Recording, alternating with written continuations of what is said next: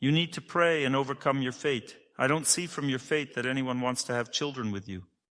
You just need to make an inner heartfelt effort and overcome fate. You need to do the practice I recommended in the lecture. Right now you have an obstacle.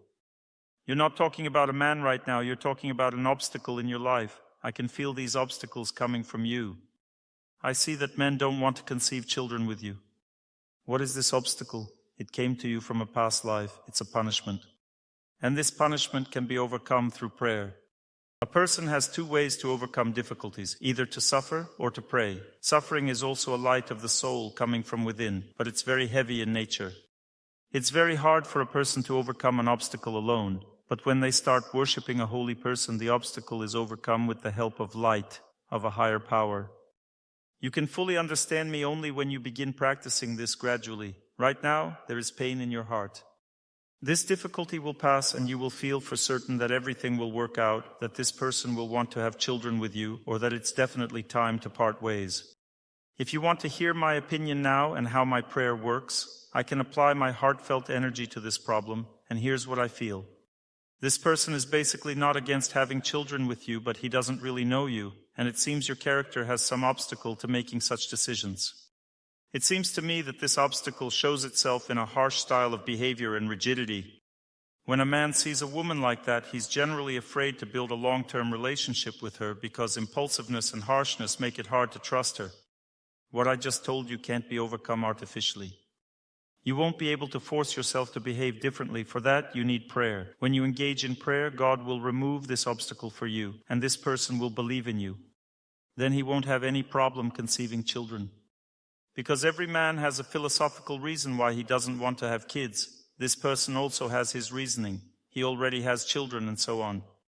Is that what he says? No kids? Well, he has his own story. A man's philosophical reasoning ends when he develops feelings for a woman. When feelings come, philosophy ends. Right now, he doesn't have a deep relationship with you, so this topic shouldn't be raised yet. It's too early. You need to behave right, overcome fate through prayer, and he will change his mind. That's how I see the situation. For 2 years now, I haven't been able to find balance in my relationship with my son. Your son is in a state of tough fate, very agitated, under a lot of stress, so really the effort needs to go not into the relationship, but into treating this person. From what I see, he needs a contrast shower every day, or maybe some kind of oil massage. Apply oil on his body to calm him down. Do you agree he's in a tense state? He is tense because that's how fate is acting. I won't explain the details to you now, but I can tell you this will pass in about 6 months, and that it started about a year ago. That's what I can tell you. You need to treat him with kindness. He might hit. Internally, I try not to get attached. You have to behave kindly. There are children who are mentally ill and act aggressively. When they brought one such child to me for treatment, the first thing he did was kick me. A little 5-year-old boy ran up and gave me a flying kick. Then he turned around, ran off, and the lights went out in the whole room because he jumped up and hit the switch. All of this happened in about 20 seconds. We didn't even have time to blink. When he came back, there was a computer plug under my desk. He crawled under and kicked the plug up in the air, a real cowboy. We put him on treatment, and he calmed down so much that he just sat there frozen. His mother said, "Listen, something's wrong. He's too calm now. We need to bring him back." So we adjusted the treatment for him. You see, this is just the mechanics, the movement of energy in the body. He simply has mechanical energy problems, and those are fixed with treatment, either oil massage or contrast showers to relieve tension in his body. He needs to eat more cooked food with oil and less raw food. When you relieve his tension, he'll relax and behave better. It's just mechanics. For now, the mechanics aren't working right. Hello, Dr. Torsunov. Thank you so much for your lectures. They've really changed our family's life. I'll be brief. I have 2 questions. First, what is the difference between prayer and meditation?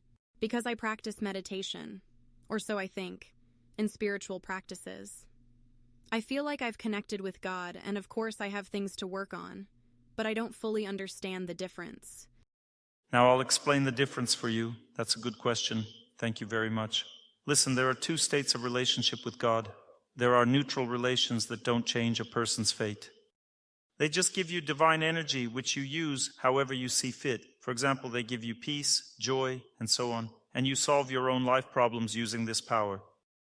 The second option is when you no longer want to solve your fate's problems. Instead of tuning into relaxation and contemplation of God, you tune yourself to worship Him and to serve Him. And at that moment, a person says, I don't want to do your work. I want to focus on thinking about you, following your guidance, living rightly according to your scriptures. And the person starts worshiping, bowing, listening to the voice of the holy person, and offering this to God or to the holy person. This, in any case, is a relationship with God. When a person does this, divine power itself begins to take charge of the matters of their fate.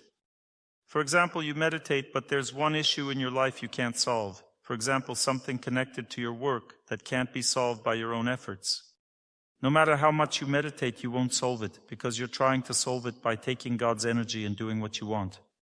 But what you need to do is completely different. You need to give your life to God, dedicate yourself to Him, and He will do the rest. For example, you can't control the activity of the cells in your body. That's His doing. You eat something and after that you don't know what happens inside. He manages everything Himself. All you have to do is serve Him, bow to Him, and watch how He changes your life. This observation leads to faith. You develop faith and feel strength within yourself. For example, today, a young woman came to me. Her husband passed away. She doesn't have the strength to cope with what's in her heart. I explained that when she thinks of the holy person and bows, that's when the strength will come and everything will be resolved. That means when a person meditates on God and thinks about Him, God gives as much energy as a person needs. But when a person serves God, God takes care of their problems. You serve Him and He serves you. He starts caring for you, and you develop a personal relationship with God. Can the prayer be any prayer? It can be any prayer directed to God. Like a Christian prayer or just something from the heart? It can be a Christian prayer or just from the heart. The main thing is that the prayer is said with the right mindset by the person praying. You might not be able to say it right even if you think you are. We're naturally egoistic. It's very hard to be truly selfless. But there are elevated people, not egoists, who already say the prayer correctly. If you tune into their mindset, you receive their fate and pray with that fate, not your own. That's called mercy. When you listen to the voice of a saint and pray with the same mindset, you enter a state of mercy. Your life then exists in mercy, not in your own destiny. Thank you very much. Second question about meat. I'm already about 80% successful in not forcing my husband to stop eating meat. So 80% of the time, he's closer to not eating it. Incredible, yes. But my question is about my son. He's 6 years old. I'm no longer making him vegetarian, but still, I don't know how to approach this correctly. You can fool him. You can buy vegetarian foods that are exactly like meat. Vegetarian sausages are just like the real thing. Nobody can tell the difference. Somehow, I need to come to an agreement with my husband. Making an agreement with your husband isn't hard. You just need to treat him with love, ask him gently and kindly for what you want, and put the energy of love into it. And what do you think? Can you come to an agreement with your husband or not? I'd say I'm about 80% there. We're all deprived of God's energy. The only reason we can't come to an agreement is that we don't have the strength of love, because you have to tolerate a person, accept them as they are. That's hard. We just don't have enough love power. When I pray, I ask God to gift people His temple through me. I want to build a church. Do you have the means or the resources for that? No. So when I set the goal to find the funds to build the temple, I took on a very serious lifelong task. My question is, can I count on my faith to accomplish this? You definitely won't build the temple yourself. According to your faith, you can inspire a person who has the funds, and that person will be able to build it. And this could happen within 2 years. That's my opinion, not God's, just mine. I could be wrong, but that's what my heart tells me. Good evening. I'm very glad to see you. A person very close to me was killed in battle. I wanted to know, where does his soul go? How should I pray for him, and what can be done for him? The souls of those who die fighting for their homeland go to heaven. That person is now in the higher realms experiencing happiness. It's better to pray not just for this person, but for your relationship with God, to forgive him for allowing such a situation in your life. Pray, and you will be protected by that person. They will be your guardian angel. And God will give you the strength to keep living. Right now, don't focus on anyone else. That's not possible for you. You just need to keep that person in your prayers. But first and foremost, focus on the holy person. Only holiness can change everything. Your heart is torn apart. It's painful. This pain is connected to the influence of time, this world that breaks people and relationships. In your prayer, you need to think of the holy person. Bow to them. Say, I want to live for you. Gradually, this pain will turn into strength. Your heart will gain power, and this will give you profound spiritual growth. Are you already doing what I said? Is it working at all? Yes. Do you feel like you're helping him when you pray or not? I don't know, it's hard to say. But there is a feeling. Or do you feel like he's doing fine? Yes, I had the feeling that he was doing well. The heart knows everything. I had a similar situation. A very elevated person was going through serious difficulties. I decided to pray to help him. But as I prayed, my heart clearly told me he didn't need help. What's happening to him is a test from God, and his life is actually fine. I wasn't able to help him at all. Because how can an ant help a mountain? You can't help him, God told me in my heart. Better focus on something else. But what you're doing is right, even if you can't help him right now, because he fulfilled his duty and has moved on to happiness. It all depends on the mindset with which a person fights. If he's fighting for his homeland, that's such a noble act that it brings happiness. Then a person is freed from suffering and overcomes his karma. If he fights with hatred, that's another story. But this man wasn't fighting out of hatred. He was fighting for his homeland, so he achieved happiness. His homeland rewarded him with purity and a proper, noble life. You must pray now. Pray for your relationship because you don't yet know what relationships really are. You need to bring your relationship with this person to completion. You need to understand that in this worldly life, people build relationships based on the desire to enjoy each other. God has broken that kind of relationship for you. Because your fate is to build a different kind of relationship with this person, not based on enjoyment, but on helping each other.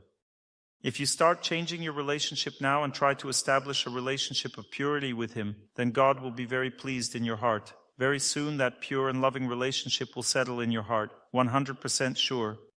And as soon as that happens, when you pass away, no matter whom you live with, you will go to that person. You'll be together in the next life. Thank you very much. That gives me joy. It makes you happy because that's exactly what should be in your life, what your heart truly plans. Now you need to understand what to do. You need to establish a pure and bright relationship with him, not based on wanting to see him or use him, but based on wanting to care for him. This is possible if you think of the holy person, bow to them, and remember this person who has passed away. Gradually this memory will become pure, firm, and bright, and you will clearly feel that you have a connection with him, and that he blesses you to live this life. Since you're a young woman, you definitely need to find a husband and have children. In the next life, you'll be with him already, but you don't have to tell your future husband this. Do you want the answer to your question? Before you get it, you need to make some kind of sacrifice. The best sacrifice is to give another person the chance to find their own answer. See, it's hard to let go. We want happiness for ourselves, right? I have a question for you. What's your view on euthanasia? And what do the Vedas say about it? About what? About euthanasia. What is that exactly? When someone is terminally ill and can't bear the pain anymore, they're helped to peacefully pass away. For example, where I live, it's not allowed. Thank God. The same question about animals. Helping them to die peacefully. Should that be done? Or is it just fate of the animal or person? It's very simple. The answer is straightforward. If someone offers help to end someone's life and you believe it's better for everyone, then know this. Someday someone might turn off your own valve too. If you agree that when you're suffering and want to live even with that suffering, someone forcibly ends your life to stop your pain, then go ahead and make that decision. But know this, I don't know a single person who actually wants to die, even when suffering. What about animals? Everyone has some pets or animals around. An animal is basically a small human. The Vedas explain that animals are like children. There's no difference between a child and an animal. Look at animals, they're like children. They have emotions, they feel kinship, they want love and relationships, but they have no intelligence, they don't understand anything. They're just like kids. So if a child doesn't understand anything, should we kill them just because they're small? But what if the situation is that an animal is suffering a lot? For example, they say, only 3 days left, the body functions are shutting down. An animal is just lying there, suffering. Are we making things worse with our decision, or is it okay? The more an animal suffers, the more it cleanses itself. After suffering, it will rise to a higher level. Don't get pets. Please don't get them. I'm begging you. You're taking on more than you can handle. Don't do it. Because you don't know what will happen to that animal next. It can get sick. Since it lives in unnatural conditions, an animal gets sick. And really, what's the point? I rescue a lot of animals, feed them, constantly find homes for them. And then a deadly injection, right? No, it's just sometimes like that. It can happen again. You'll have to suffer and endure, waiting for the animal to pass away. Maybe you should try something else. For example, become a nurse at a hospital. If caring is your nature, then care for people. Animals are good too. Feed them outside, but don't bring them into your home. It's too late now. Well, stop now. Put a full stop on those you already have. Thank you very much. Yes, your question. Dr. Torsunov, a personal question. Many girls ask about marriage. Why doesn't a loved one come into their life? You often say that if a loved one doesn't come into a girl's life, it means she's not developed enough. You also said that if a loved one doesn't come and a girl can't get married, it means God is arranging a better match. Here's another answer you might not have heard, though I've said it many, many times. The more a woman desperately wants to get married, the less attractive she becomes, because she's trying to play God's role. A woman who really pushes to get married is less attractive. The more she pushes, the less attractive she becomes. Look, for example, if I look at you and say, I really want you to marry me. See? You're already starting to reject that idea. Dr. Torsunov, I don't desperately want to get married. The question is different. It's about a close relationship, a beloved person, not about rushing to get married. It's actually nonsense what you just said. You need to get married, not just find a loved one. Whatever you frame in your mind will become your reality. What are you talking about? There is only one option, to get married. No other options exist in a woman's consciousness, because if her thinking is wrong, she'll get a relationship without marriage. That means no responsibility to each other, no commitments, and children won't know if they live with their mom and dad or just two roommates. Don't be stubborn now. Just understand that wanting to get married is a natural good desire. Every woman has it, and you can't get rid of it. This desire needs to be directed towards serving God. You need to pray hard, bow to God so that in your heart you feel, I want you to decide my fate.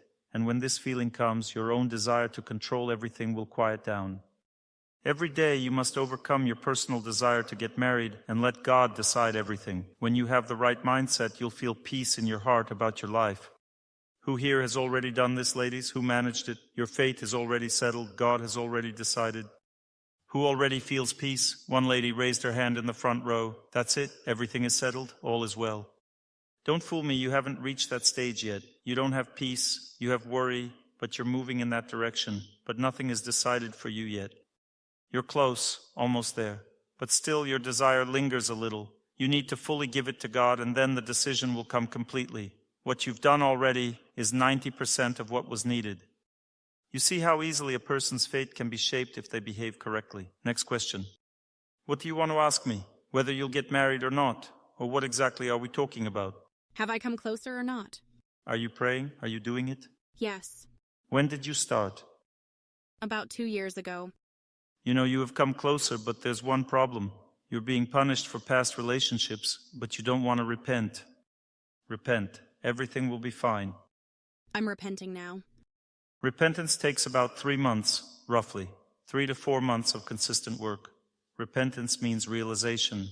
It consists of 3 stages. The first stage is understanding what happened. The awakening comes first, the realization that I am at fault. Then comes prayer. Guilt gradually decreases and a feeling arises. That's the second stage, lessening of guilt. The third stage is the feeling that I will never act like that again in my life. Knowledge comes that this behavior is wrong. That's repentance. It has 3 stages. If you think repentance is just the emotion, I'm guilty, the system won't work. That's not enough. You understand? Thank you. What's most important now is for you to keep developing. You haven't been listening to lectures for very long. You still don't understand what needs to be done. You don't have a deep understanding yet. How long have you been listening? A couple of years. Really? Well, then you need to listen more carefully. You need to form a clear concept of what you want from life. Just wanting a man is not right. I've been thinking about this for quite a while. So you need to want to get married, but also understand how it happens. You should serve God, be functional as a woman, care for everyone, and not just sit around dreaming. There are two ways for a woman to dream about a husband. She can either sit and do nothing, or she can be active and care for everyone. The latter is the only right way.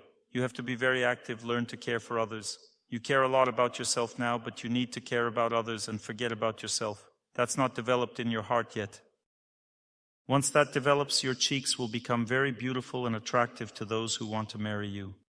While a woman is thinking about herself, she's attractive only to men who think about themselves and only want sex.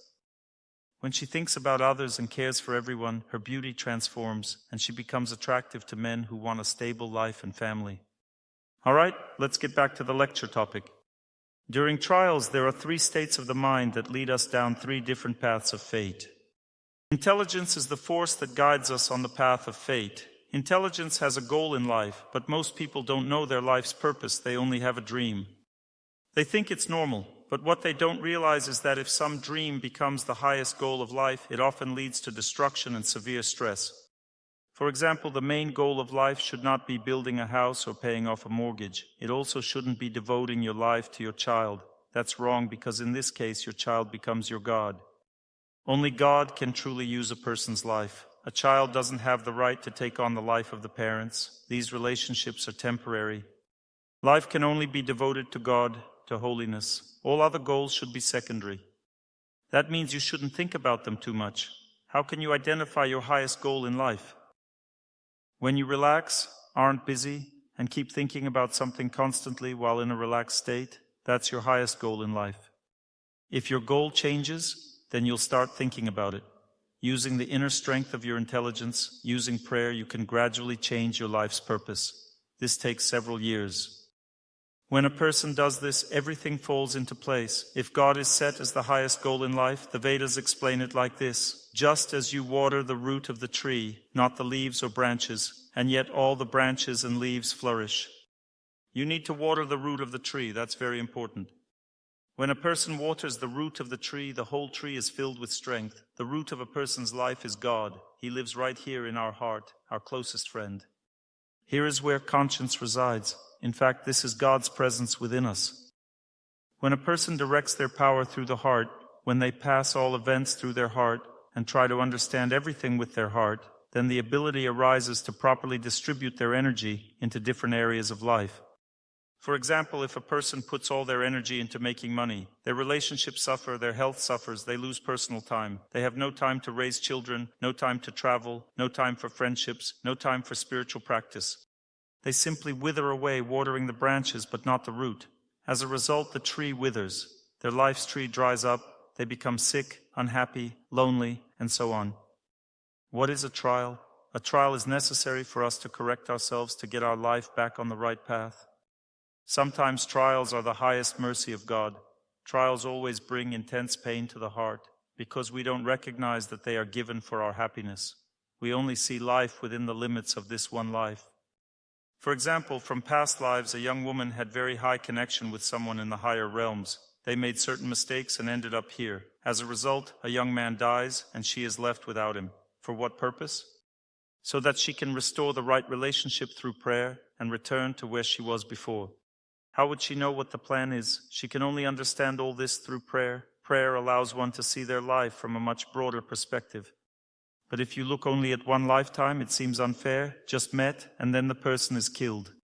Do you see what I'm saying? There are deeper things we can't even imagine, many things we simply can't understand in this life. But when a person builds their relationship with holiness, then there's no problem understanding it all. Everything falls neatly into place. Yesterday, a young woman came to me, completely lost about what to do. The situation is that she really wants to get married. That very desire makes her unattractive.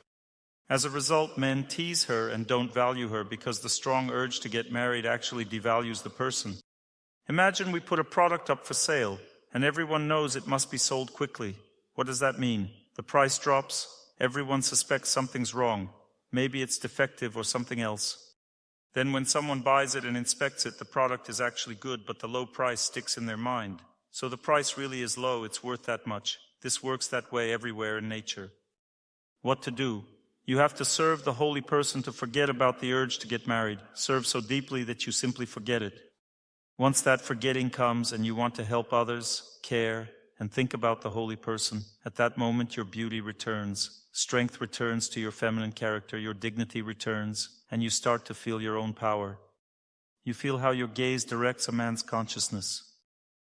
A woman should always feel this, at least if she's unmarried. Married women don't need to use these abilities. An unmarried woman should try it. See if this one doesn't appeal, but that one's okay. You aim, smile once, turn away, and walk off. That's it. And he thinks to himself, what's happening to me? It must be spring. That's how nature works, and every woman knows how to use all this, but some have the strength and others don't. I explain how to build that strength. You have to surrender everything to God's will. Some women get married without even thinking much about it. They just act that way. They're not stressed about getting married. They're happy simply to be women. They appreciate their beauty and enjoy it.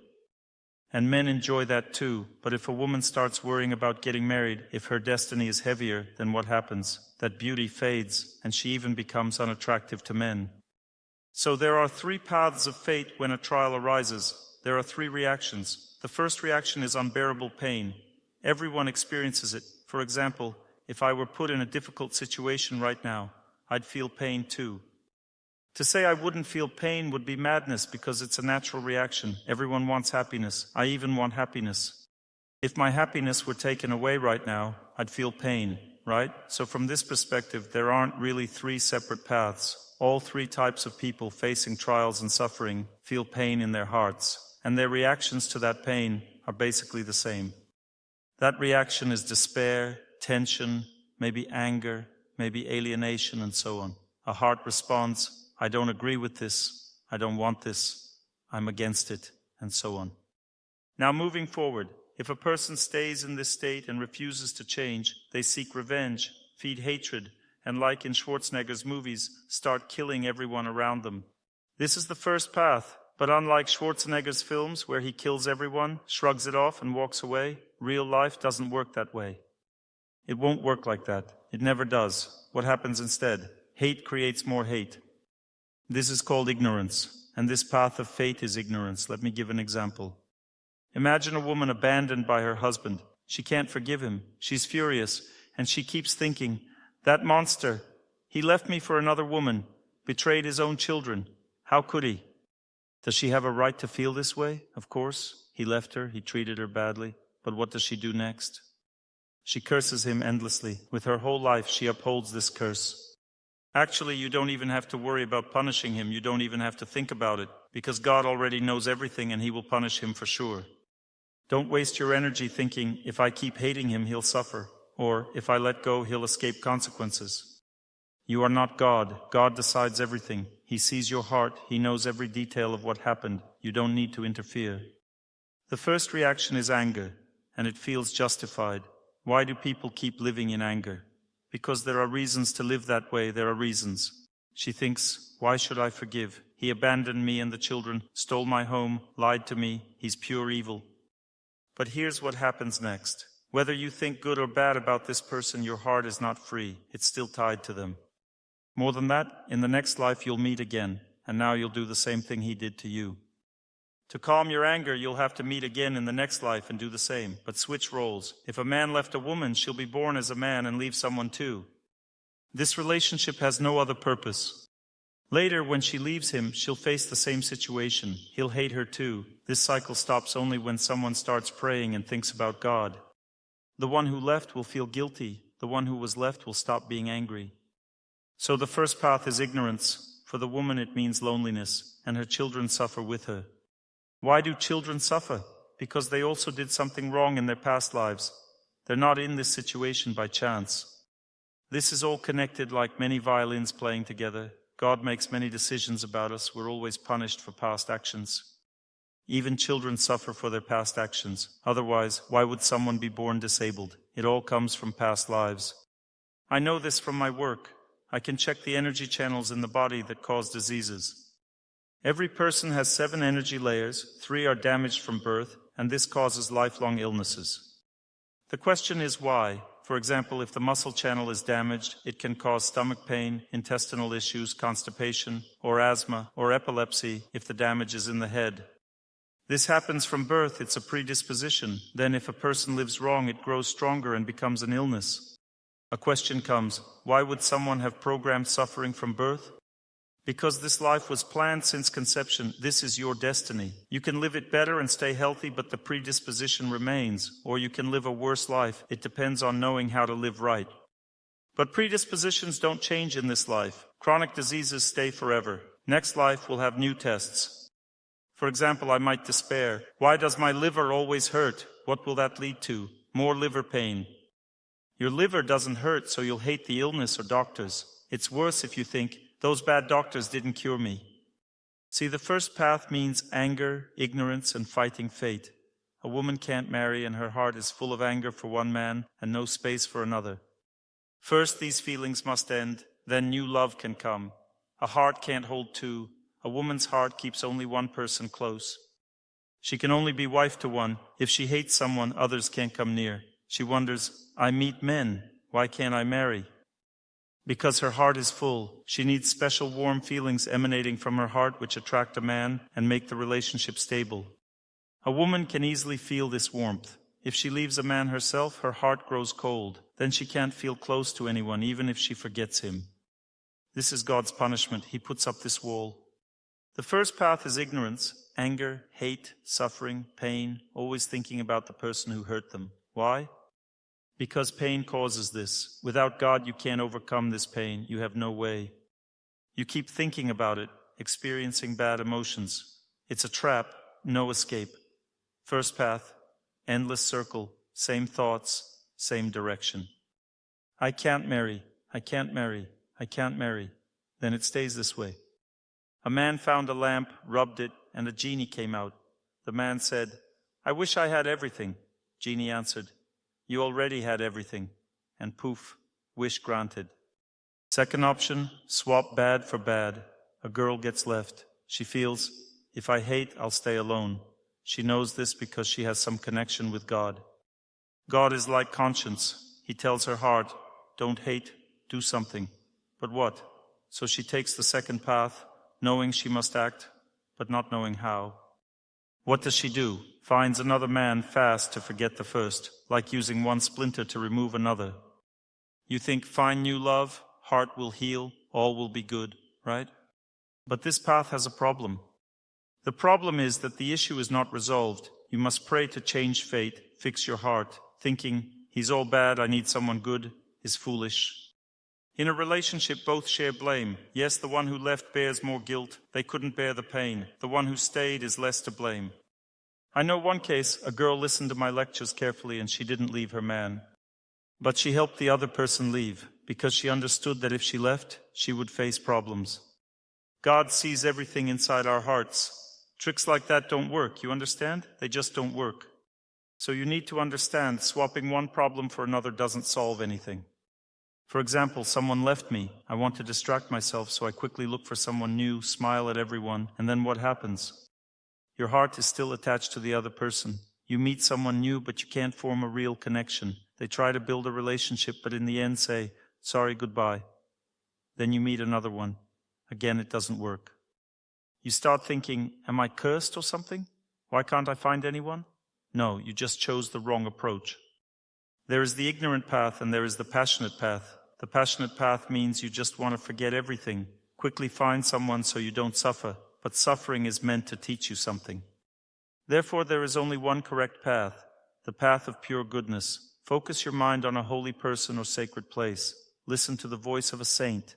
Why do I keep repeating this method again and again? Because it works. Of course, there are other ways. You can try to tune in without listening to a voice, but that's much harder. If you listen to the voice of a holy person and think about something sacred, you enter their mood, a mood they've cultivated for decades. They know how to pray properly. They have the right understanding, inner strength, knowledge, and experience. And through listening to this sound, you absorb all of it. And when you bow down, serve this person, and forget yourself for a while, God starts solving your problems. What does He do? He brings peace to your heart and gives you understanding. First comes peace. Then comes the knowledge why that person left you. And this understanding is not because he's a bad person. God doesn't speak like that in the heart. He speaks to you about your own issues. He reveals the hidden parts of your character. A girl just came up to me and asked, why is this person treating me like that? What's the secret? I explained the secret of her own nature. She didn't know that about herself. Our character is like a pig in a poke. We don't know what's inside. We only see the results. We only see that someone is behaving badly. That's the classic scenario. You understand? Here's a joke about how we treat people. A man ate blessed food, pure and uplifting. Then he went to the toilet and noticed a bad smell. He thought, but I ate holy food. Then the joke continues. The food speaks to him and says, listen, I was pure and sacred, but after being with you, I turned into something so smelly. It's a joke, but there's deep truth in it. We don't know ourselves at all. We think, what happened to this person I married? He seemed normal, but now he's become unbearable. Smart people end up with smart spouses, and I ended up with you. We don't understand ourselves. That's the real issue. To understand yourself, you need prayer. When life gives you results, someone leaves you, you're alone. You begin to pray. The first thing that comes is peace. You forgive the person. The second is insight, what you did wrong. The third thing, the relationship is completely purified. You have good memories about that person. Even if they left you, you remember only the good. And when your memories become good and light, that's when God sends the next person. God starts to believe in you again and thinks, let's try one more time. One more chance. Maybe with this person she will understand and learn how to behave right. One more time. As the song says, once more let the doors swing open. Come again to return. Come to return. God gives you another person because you prayed. Now you understand your mistakes and you can correct them. There are 3 states of intelligence. The first is ignorance. It means pain, despair, depression. Nothing brings happiness. For example, the situation in the country is really hard. One response is anger, hatred, or falling into depression. The second response, to run away abroad. But you know, when people move abroad, they sometimes think they're flying to paradise. Like you sit on a plane and suddenly you're in heaven. But paradise is earned by good deeds. If someone has a tough fate and moves abroad, that fate continues there too. Sometimes people feel lucky just because everything looks fine, but it's an illusion. It's like catching a fish with a worm and a hook. At first you bite, it seems tasty, then you're caught and pulled out of the water. This only works for a while. People who live in passion enjoy a sweet taste at first, but later it turns bitter. For example, 2 people meet. There's a honeymoon phase. He thinks she's the girl of his dreams. As the song goes, her eyes, 3-carat diamonds, her lips, you won't believe it, guys. Everything seems perfect at first. The honeymoon is going on. Then what happens? He finds out that besides being attractive, she also has her own thoughts. He didn't expect that.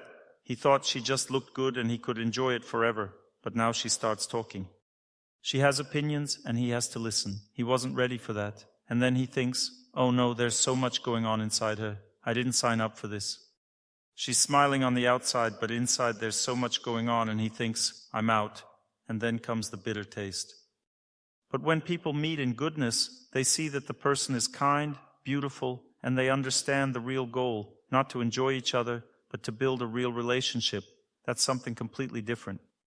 As the song says, silver weddings, an undying fire, silver weddings, a heartfelt talk. For the sake of true love, we must remember our loved ones are forever tied to us by an invisible thread, an invisible thread. You see, you need to first build a connection in your heart, understand what the other person wants in life, then slowly build the rest.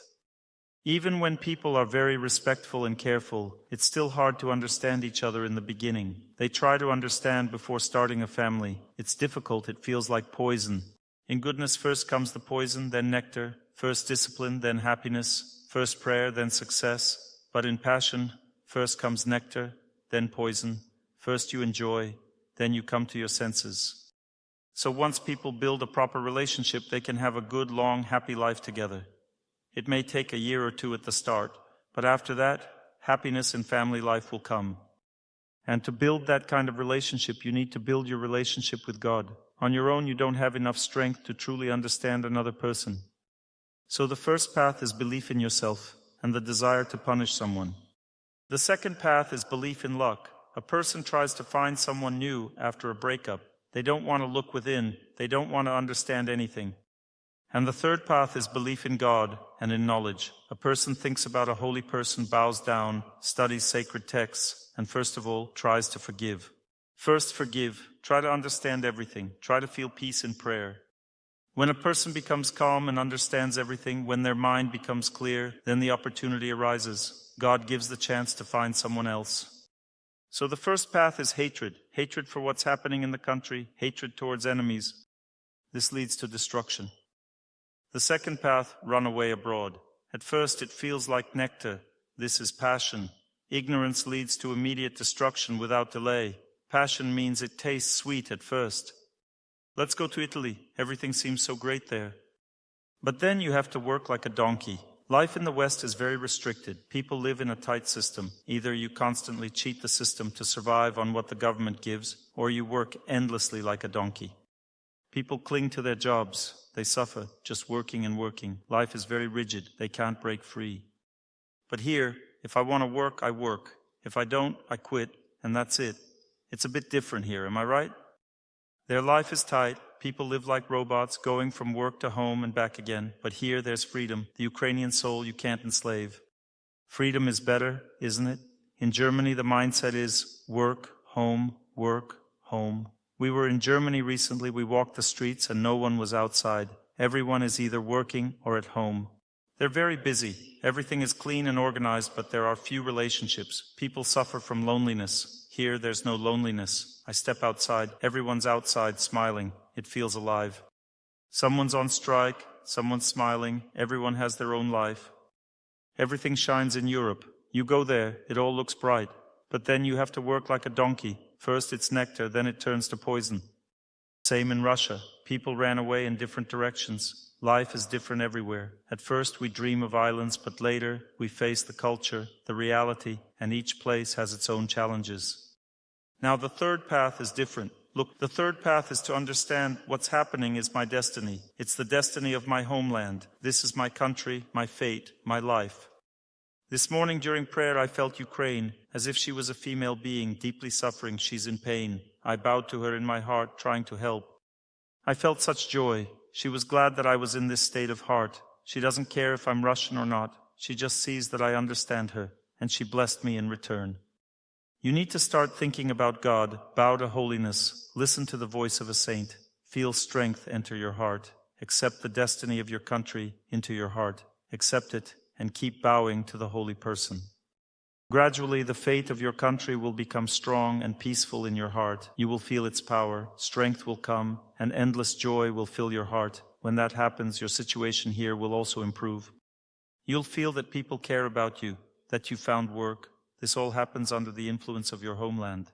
If she is in pain and you're praying for her, trying to help her in your heart, then she starts caring for you too. You start forming the right connections with the right people, and things in your life begin to fall into place.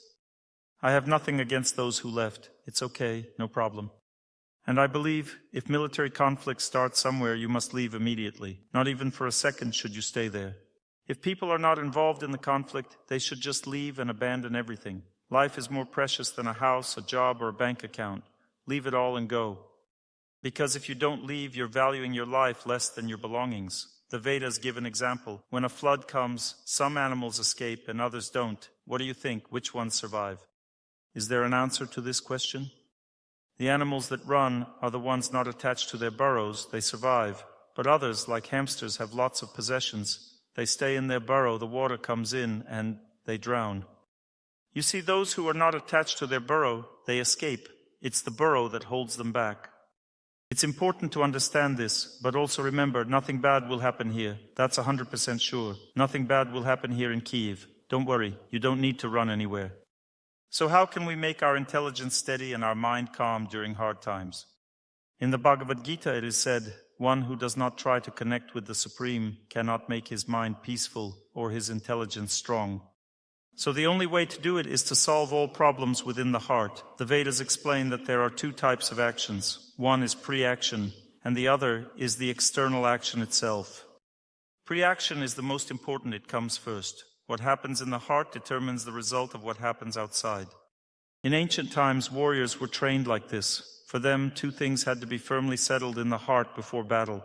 This was their pre-action, and it wasn't easy. They would engage in deep prayer to achieve it. The first thing, a clear inner understanding. I am fighting for my homeland. They had to feel their country within and be ready to give their life for it. This understanding came through prayer. You can't form that understanding when a tank is already coming. At that moment, the natural reaction takes over and you know what happens. Your pants get heavy. It's completely normal. If someone hasn't understood why they are there, then once the tank appears, first fear, then panic. That's just how it goes. But if a person has prayed and sincerely offered their life to the homeland, what happens? The homeland, which is a living being, because everything in this world is personified, gives them tremendous inner strength. They become a hero even before the battle begins, because that power is already in their heart. Power means the ability to sense what's coming, who is attacking, what is happening. They feel the flow of the battle. They are guided by inner strength and clarity. They can orient themselves in that situation. Nothing is random with such people. The second thing they had to form in their heart, and this is very important, is a kind feeling toward the enemy. When a person understands, I'm defending my homeland, I may have to kill, but I hold no hatred. The enemy is attacking, I'm simply protecting. This kind attitude toward the enemy brings extraordinary valor. In the Vedas, there are examples of warriors in battle when one is wounded by the other. If the wounded one does not feel hatred in that moment, he wins the battle, even though he is injured. Can you imagine? The second warrior loses his footing when he sees that despite losing his arm or being wounded by an arrow, his rival gathers his breath and moves on. He can see calmness, clarity, and strength in his enemy's eyes. The attacker can't endure it. First, bad karma strikes one person, and bad karma must consume someone. Someone has to fall, and it rushes at that person. He passed the test. Where does karma go next? Back. The attacker who saw this begins to lose strength, his legs buckle. He becomes unfocused, desperate to finish it quickly, and that distraction leads to his own downfall. Do you see what I mean? A person who stays noble under pressure always wins and becomes an invincible warrior. In fact, even an arrow cannot touch such a person. I'm using these examples to make the point clear. Other examples could work too, not just war. The key idea is this: there is pre-action, and then there is the action itself. Pre-action determines the course of action. For example, if a young woman decides everything in her prayer, raise your hand, girls, if you can't yet marry, but your heart is truly at peace. Not just that Dr. Torsunov is approving exams, but your heart is genuinely calm. You have no doubts. You're not anxious about it. You're absolutely solid. It's like an absolute guarantee that everything will turn out well. Everything is decided in the heart. That is pre-action.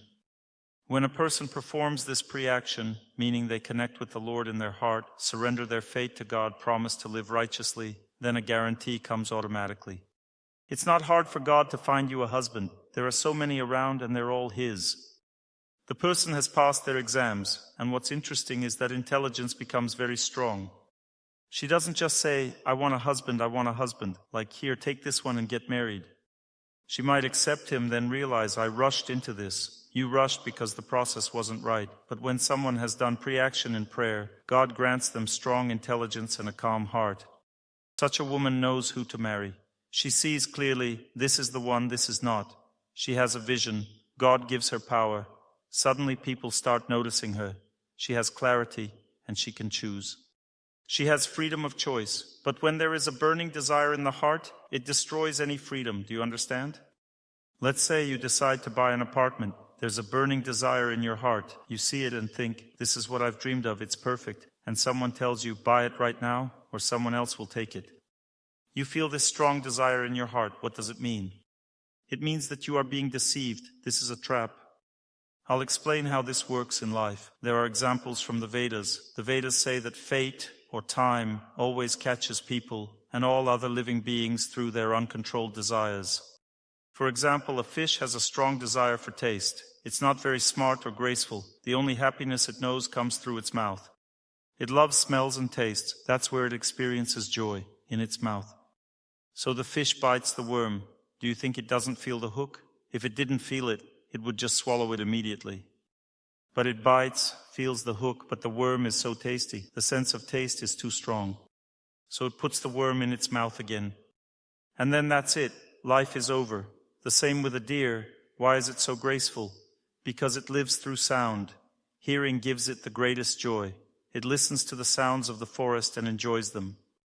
And then suddenly a special sound appears, the hunter's horn. The deer runs toward the sound and gets killed. Nowadays, hunters don't do this, but earlier it was a common method. The deer's strongest sense of hearing leads to its death. Another example, the moth. It feels the greatest joy from light. It gets excited by anything that glows. All moths die from fire. Some even fly toward the sun and burn in the sunlight, but they always die because of light. So why do you think your desire to get an apartment will be any different? It's the same story, a classic example. Just like in the song, I believed, and nothing more. Gardens bloom once a year. Spring, love, they come only once. You understand? It's always the same pattern. So how do you buy an apartment? The ignorant way you've understood already. Your desire is strong, you buy, make a mistake, and lose your money. Raise your hand who has experienced this. Yes, there are some. The second way is driven by passion. Passion means jumping from one problem to another. First comes the nectar, then long, painful mortgage payments. This is passion. If you calculate, you'll see. If you don't take the loan, you can buy the apartment twice as fast, because in the end you pay double. You'd have to suffer a bit without your own place, save up money, and then buy it. Still some suffering, but half as much. But to suffer less, you need to live prayerfully, because the emotions won't let you. They whisper, buy it now. You'll manage the payments. It'll be great. Even that's not the worst. There's also currency rate fluctuations, and banks calculate everything. You can end up losing everything, your home, your belongings, and be left with nothing, really. Now the third option is the path of goodness. That means calmly saving, setting aside money. You buy a little apartment, later you expand your space. And step by step an apartment appears. So how to buy? First, calm your mind through prayer. In prayer, the heart becomes calm. Then the intelligence grows strong and the mind becomes steady and clear. You see who's selling the flat? You see the flat itself. You take your time. No rush. And you feel in your heart, this is the right one. Same with relationships. There are two options. A girl might think, wow, that guy is looking at me. This is one option, a bad one. It often leads to suffering, a difficult relationship, a hard life. First, of course, there's nectar, but later it turns to poison. The second option is when a feeling arises from within, this is a good man. And if he's truly good, the marriage will be good. But this feeling comes only through prayer and devotion to God. Raise your hand if you've experienced this. Wonderful. So how do you make your intelligence steady and your mind peaceful during life's challenges? There's no other way, do you understand? Just like there's only one sun in the sky, there's only one way, through the heart. If a person has no connection with God in their heart, if they don't serve or pray, it's impossible to strengthen the intelligence or make the mind stable. We need to make our lake of happiness strong because it's constantly being used in our daily life. We are connected by invisible threads to all our relatives. When a child gets sick, whether we like it or not, a portion of our happiness goes to them. We might not even know that the child is sick, but suddenly a piece of happiness leaves the heart and we feel anxious about them. We go to check what's happening. We notice they already have a runny nose, then fever, and so on. Most of the time a mother feels her child is sick before the symptoms even show, because there's a hint in the heart and worry arises. Why does that worry come? Because a bit of happiness has left the heart. And if I'm not connected to God through prayer, happiness doesn't get replenished. I'm not serving the source of light. One has to serve the light to receive light. If I don't serve, it doesn't refill. What happens then? I give as much as I can, but the illness doesn't go away, and the worry doesn't help. But when a person lives in prayer, just the right amount flows naturally where it's needed. As much as is needed is given, and a lot still remains. The person stays calm. They understand the child may get sick, but they also know what to do to prevent it. There are different ways to help. A person feels what steps to take and acts to save the situation. Sometimes the situation is very dangerous and can even lead to death. These are accidents, crashes, and so on. Once I was on a flight. I always pray during takeoff and ask God how the flight will go. I bow in prayer and ask Him. And during one flight I felt an answer in my heart. There will be difficulties during landing. Many things can go wrong during landing. I thought, oh wow, that's serious. So I kept praying the whole time. Then suddenly my heart felt calm again. Everything seemed great. I thought maybe I imagined it. The sky was clear, the plane was flying smoothly, and the flight attendants were smiling. Usually when something's wrong, the flight attendants smile but look pale. They try to smile, but their faces show something's not right. I've flown so much that I know how to read these signs, but now everyone looked calm and happy. As we were landing, Just about a meter above the ground, a sudden gust of wind hit the plane. No one expected it. It came out of nowhere. It slammed into the aircraft, shook it, then the plane leveled and landed safely. When I got off, the flight attendant said hello, goodbye as usual, but their faces were pale and stiff like stone. Clearly, the passengers had no idea what had just happened. If the wing had been even a little lower, that would have been the end. Instant death for everyone. If the wing had touched the ground, that would have been the end. Goodbye to life. Maybe someone would have survived, like in that old joke, "Doctor, will I live?" And the doctor replies, "I wouldn't recommend it." So it happened just like that. And after we landed, I felt an answer in my heart. You see? Faith comes, and you think, yes, I see now. I'll continue living this way. We shouldn't entrust our life to fate. We must take spiritual steps every day. A person should pray every day as much as needed. For example, yesterday after my lecture, my conscience said to me, "Why are you showing off in front of these people? You're in the same situation yourself. Have you really lived through what you're saying? Why are you pretending to be some great, talking like, let's love our country and so on?" I made a decision for myself. Tomorrow we'll begin working on this. I started praying and thinking about Ukraine. Then I felt purity in my heart. I felt joy. I felt certain that victory would come, that happiness would return to this land. I had no doubts. A deep peace and clarity came into my heart. Then I received a realization. Real strength always comes after training and trials. First there must be difficulties, and only after that comes strength. There is no other way. If you want strong muscles, you have to train them. Either you give yourself challenges, or fate gives them. I saw how Ukraine is becoming strong through trials. It's becoming more spiritual. You see, this country has a unique spiritual potential. That's the outcome. Things are going in the right direction. But now there's duality. You must overcome it in your heart. Calm your heart. All the people around us are simply instruments of our fate. Pain gives rise to anger. That's natural in the beginning. But later, through prayer, we must calm the heart and forgive everyone. If you are a warrior, fight for your homeland with a peaceful and strong heart, like a true hero. But if you fight with anger and resentment, you'll have to suffer the consequences, you see. From your words of gratitude, I felt something else. Was I wrong? Maybe, but I still hold my opinion. I have that right. Work with your heart, you will see. A strong person doesn't express their gratitude to the one who hurt them in front of others. You just stay calm, just calm. There are topics that are painful. It's better not to stir up pain that is already there. For example, if there's a needle stuck somewhere, you don't need to twist it to know it's there. Better not to. It won't make things any easier. So during tough times in life, we must learn to calm our consciousness. We must overcome this fate. Right now, your words stirred this topic in me, and difficulties came to my heart. It's the same issue again and again. That means I must remember a holy person, bow to them in my mind, so that my heart becomes peaceful and my consciousness returns to calmness. You see, there is no other way. We have no other way in this life. Understand that there's a big difference between doing your duty and acting with anger. Don't think anger helps you fulfill your duty. It doesn't. It only brings destruction around you. There are many Russians living in Ukraine who have absolutely nothing to do with what's happening. Still, they also suffer because they are blamed for what others are doing. Isn't that true?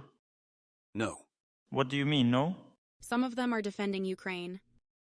That's true, but still, some are treated badly. You understand what I'm saying? I'm talking about this duality. I mean that anger leads to loss of control. See, the moment I brought up this topic, a wave passed through the room. Why did that wave come? Because the topic is painful. Do you agree? Please forgive me for bringing this up. Maybe it wasn't right to do so. I truly believe you have the right attitude, the right understanding, and a sincere heart. I'm not blaming you for anything, not at all.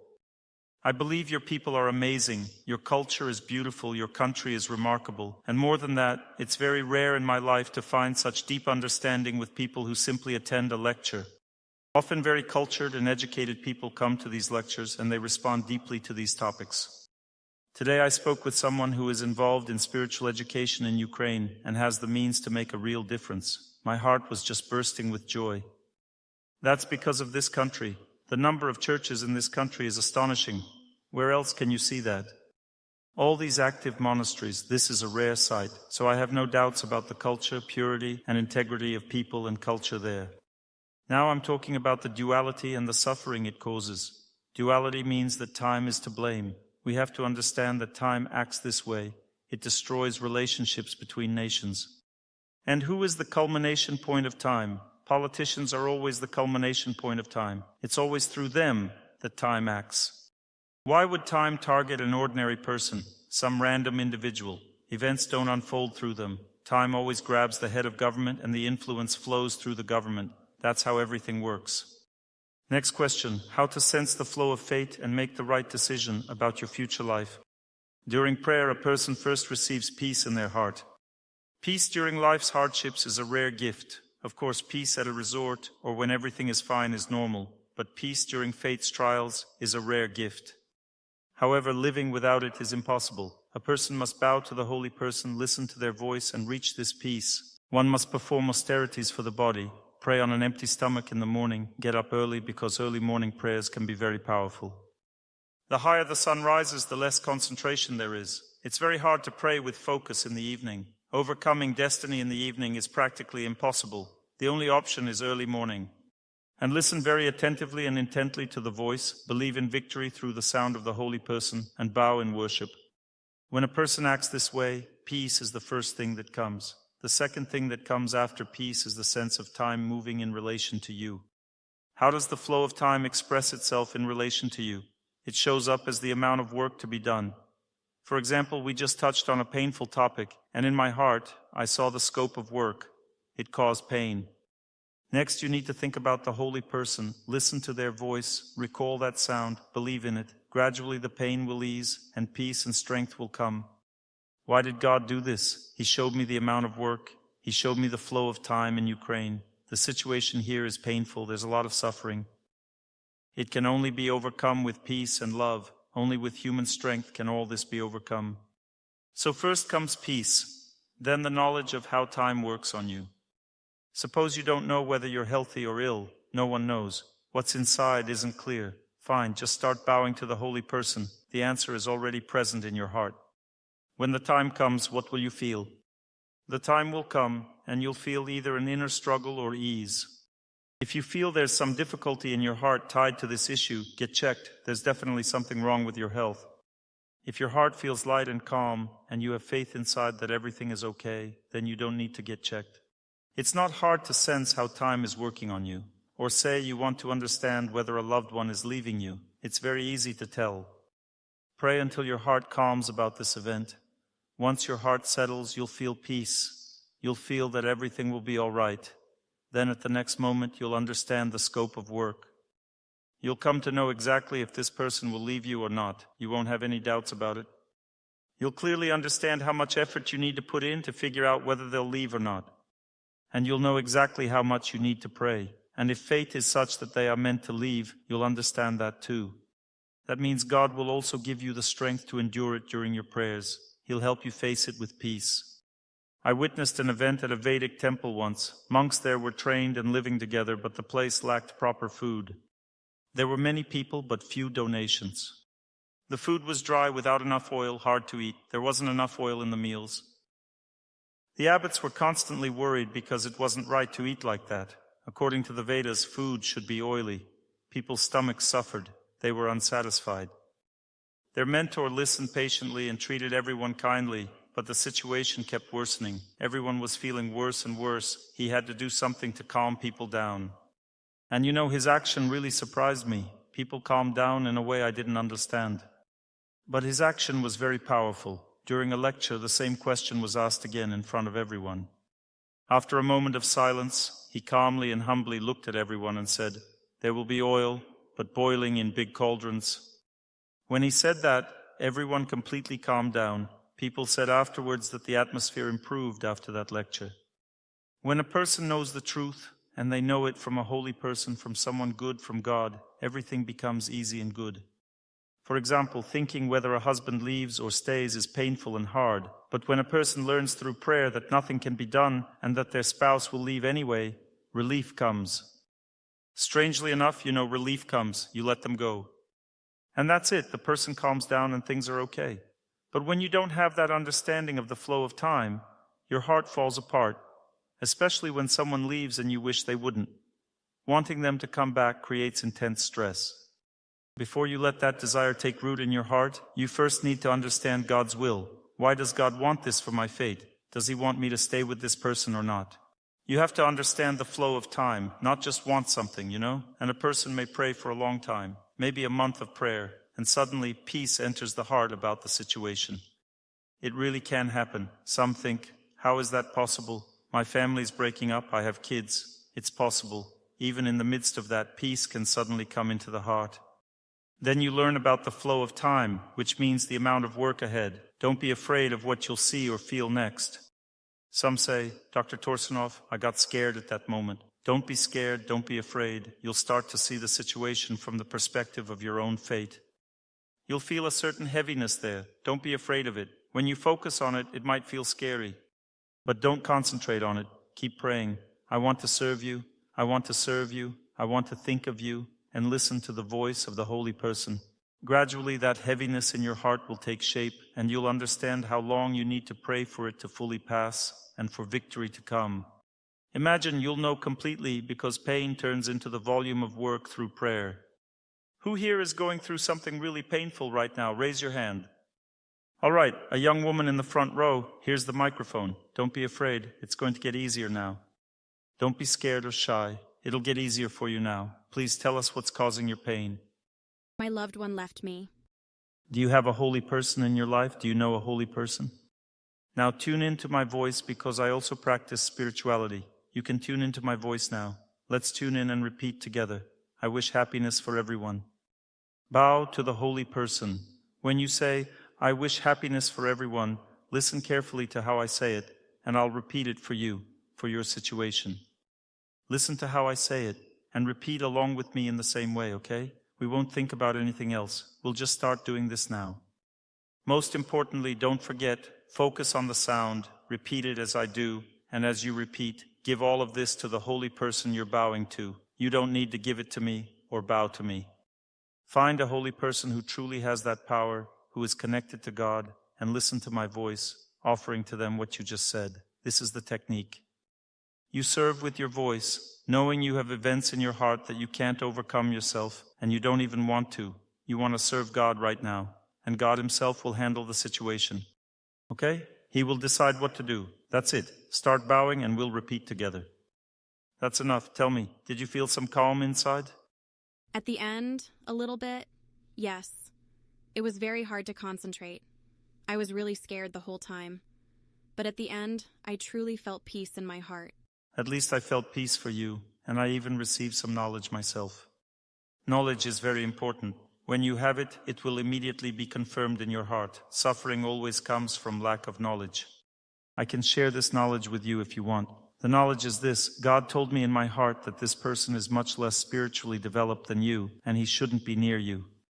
Because you need to live with someone who will grow spiritually alongside you. For that reason, God has moved this person away from you. He just took him out of your life abruptly and unexpectedly. That's the answer.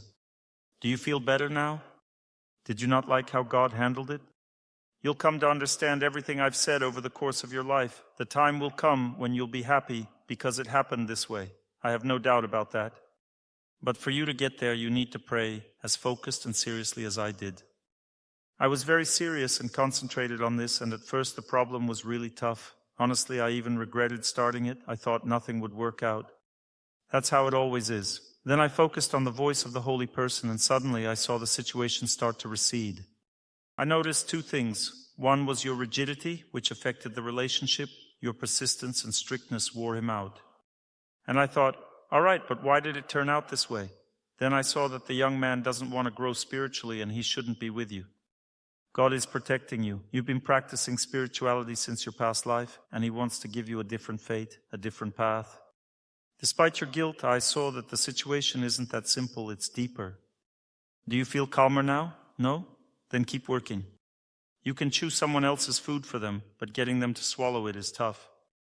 There's a saying, you can lead a horse to water, bend its head down, but you can't make it drink. It either drinks or it doesn't. It depends entirely on the horse. Everything depends on how you're able to act in the situation you're in. But I think the experience itself is interesting for many. What we've just gone through will give you a chance to reflect on how to act in any life situation.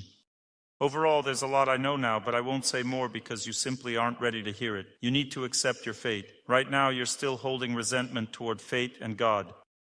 You need to try to accept it, but you can't yet. You need to keep praying.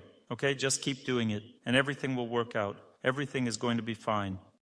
Don't be afraid of this life. Don't fear hardships or injustice. It's all meant for us, for our growth, and ultimately for our happiness. It's all meant for our happiness. So the right decisions come next. First, a person feels the flow of time. After finding peace, they simply sense the amount of work ahead. This workload enters the heart as pain at first, but you must keep focusing on the sound of the holy person, or just some monk who's praying, and bow to the holy person. Then that pain turns into a task, a workload. The person begins to feel how much time and effort it will take to overcome their fate. Workload literally means evaluating internal effort. That means the person evaluates and at the same time knows and believes that they will succeed. In fact, victory is already decided when you worship God like this. For example, there's a big workload ahead. A woman needs to get married. By fate, she's not married, and it's hard for her to live this way. But if she prays and surrenders, she instantly feels how much effort she needs to put in to get married. Maybe she senses it will take 2 years of steady prayer, and that no longer feels difficult. Once she feels that, it's full speed ahead, because she doesn't have anyone else in her life anyway, and she starts praying every day, doing the work over those 2 years. Why? Because she has no other choice. She sees the light at the end of the tunnel. But the problem is that most people don't want to reach that state. First, they don't want to let go of the situation. It's easier to keep thinking about it than to focus on the holy person, on the sound. They stubbornly hold on, refusing to release the situation. The second problem is that even when a person starts praying, thinking about the holy person, bowing, when the workload comes, they get scared and don't want to go back there again. They think everything is already lost. You see, this means a lack of faith, but when a person reaches that point and calmness appears, just a little more effort, and suddenly you feel that pain. You need just a bit more effort. In your consciousness, both pain and holiness exist simultaneously. Either a person focuses on the pain and suffers, or focuses on the holiness and forgets everything. That's when they start to overcome their fate. A person feels the holy presence, bows to it, while pain remains in their heart. At that moment, pain takes shape inside, and a sense arises of how much strength will be needed to overcome it. At this point, a person has no other options. They feel there's only one path to victory, and that's it, no alternatives. But this path to victory feels joyful. Now, I want to tell you something that almost no one knows about all this. The Vedas explain that when a person overcomes their fate and reaches a moment of success or happiness after such effort, the happiness they gain from this prayer can't be compared to the experience, joy, and faith they gained during the process itself. It's like you were searching for treasure, but on the way you collected more gold than the treasure you eventually found. You see what I mean?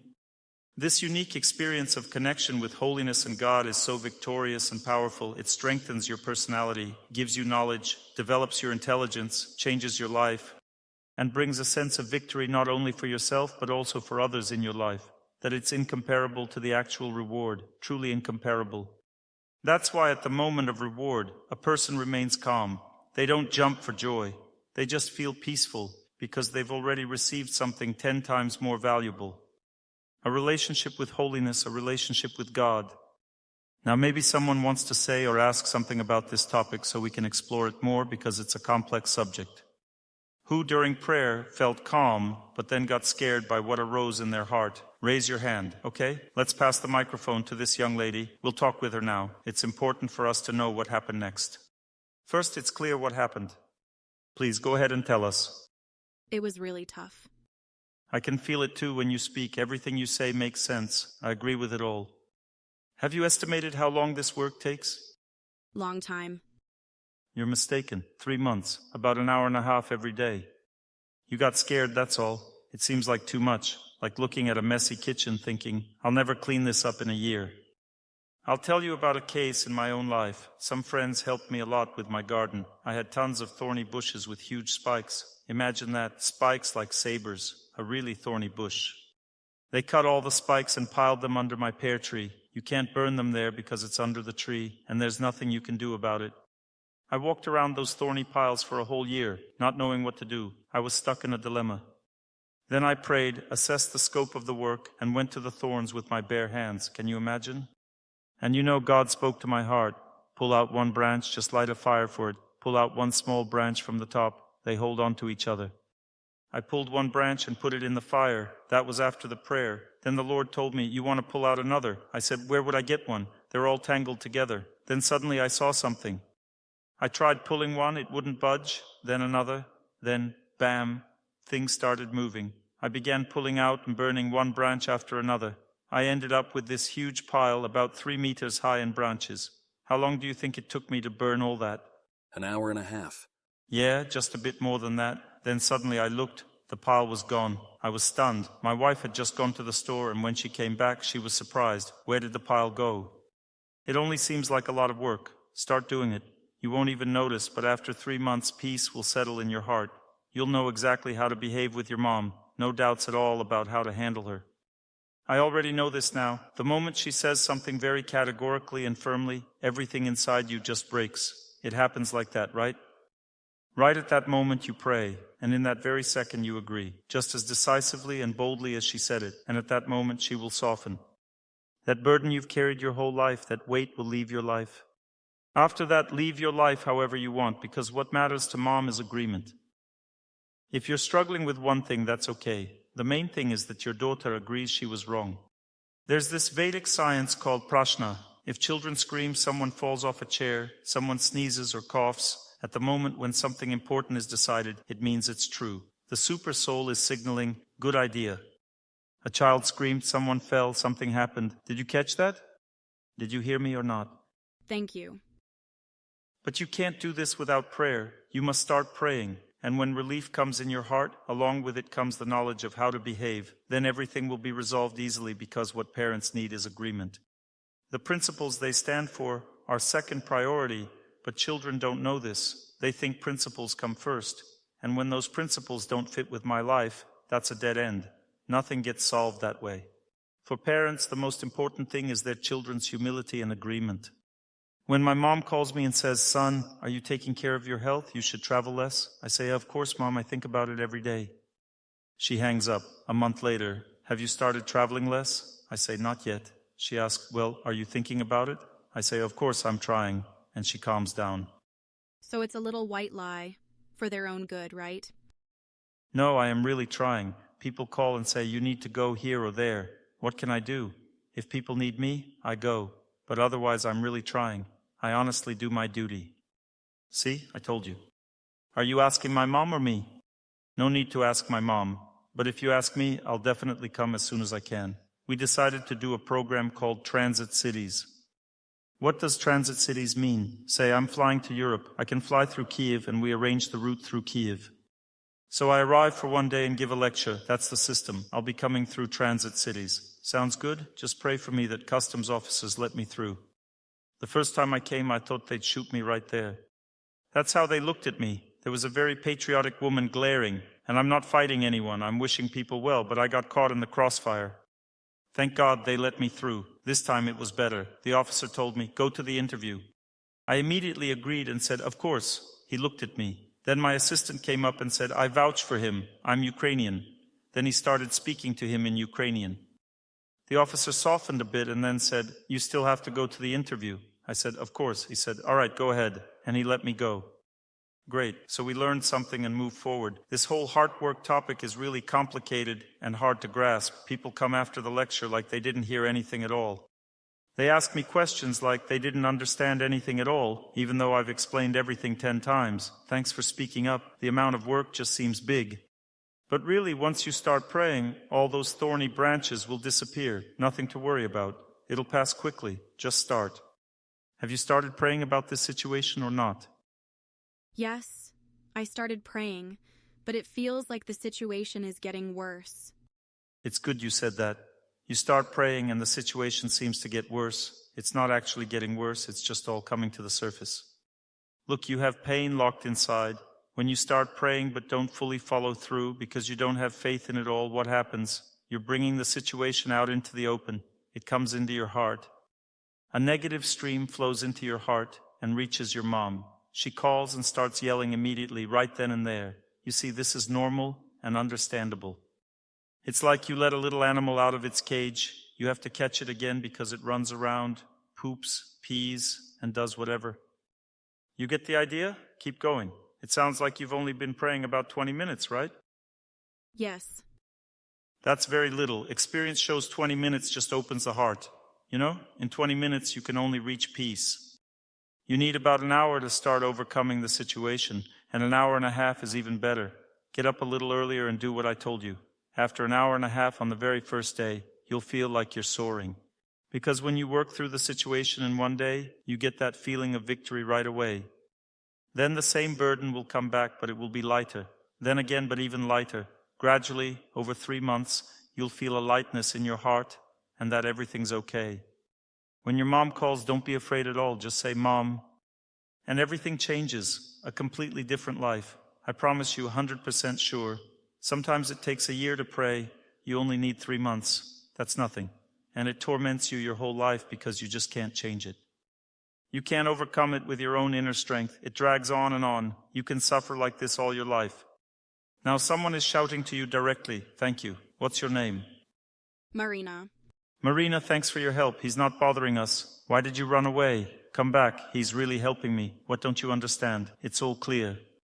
Children are deeply connected with God. Any questions from above? No? I don't see you. We have love and separation. Okay, please pass the microphone over there.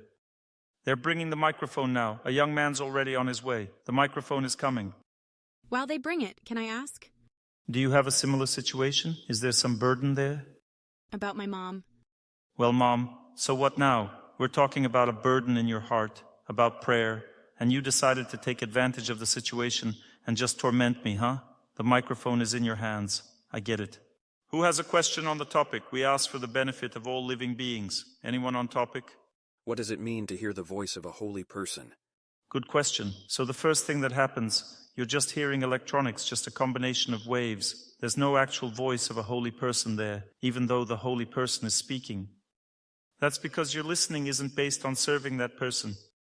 Understand that the real connection with the saint person comes later. At first you just hear the voice and think, maybe they're holy, maybe not. What did I get myself into?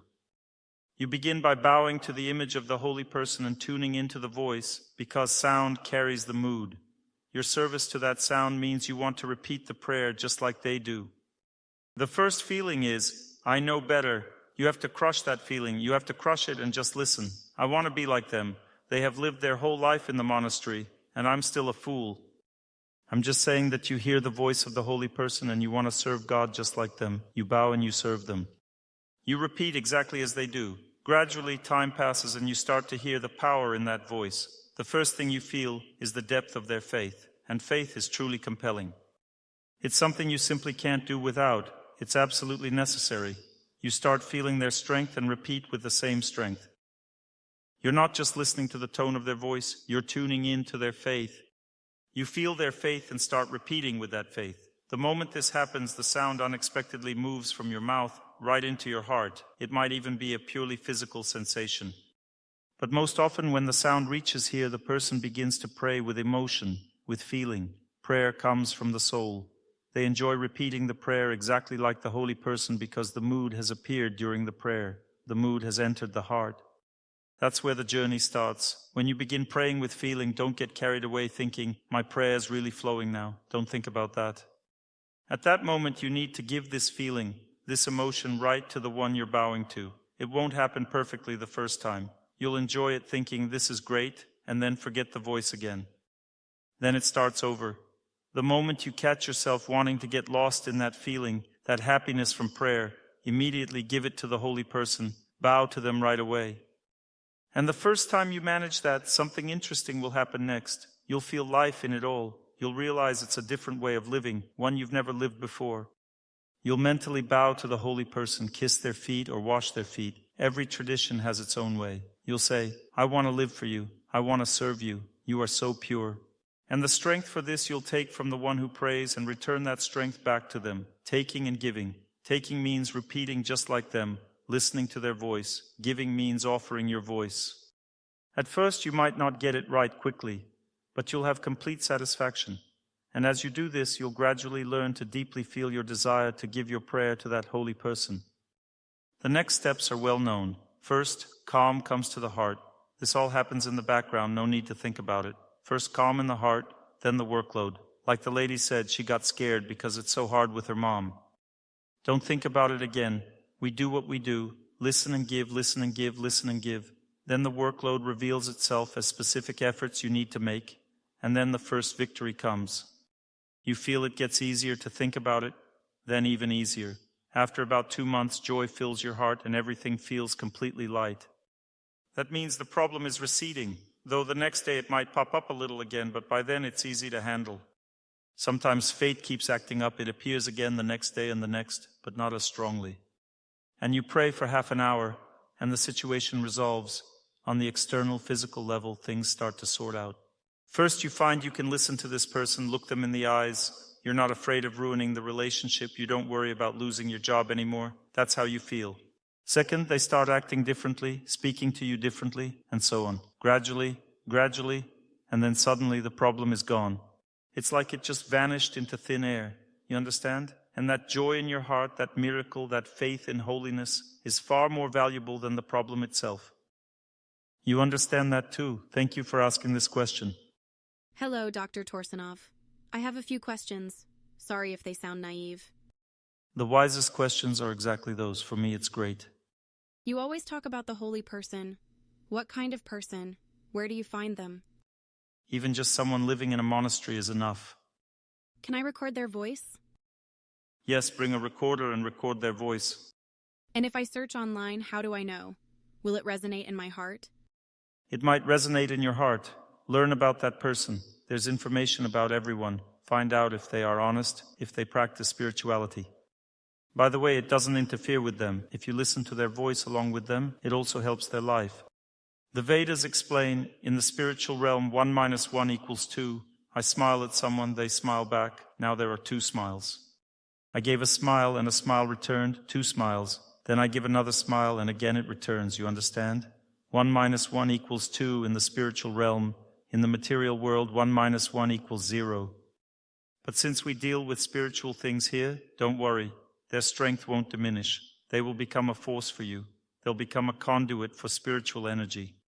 There are Vedas and various mantras online. Is that good? Yes, that's fine.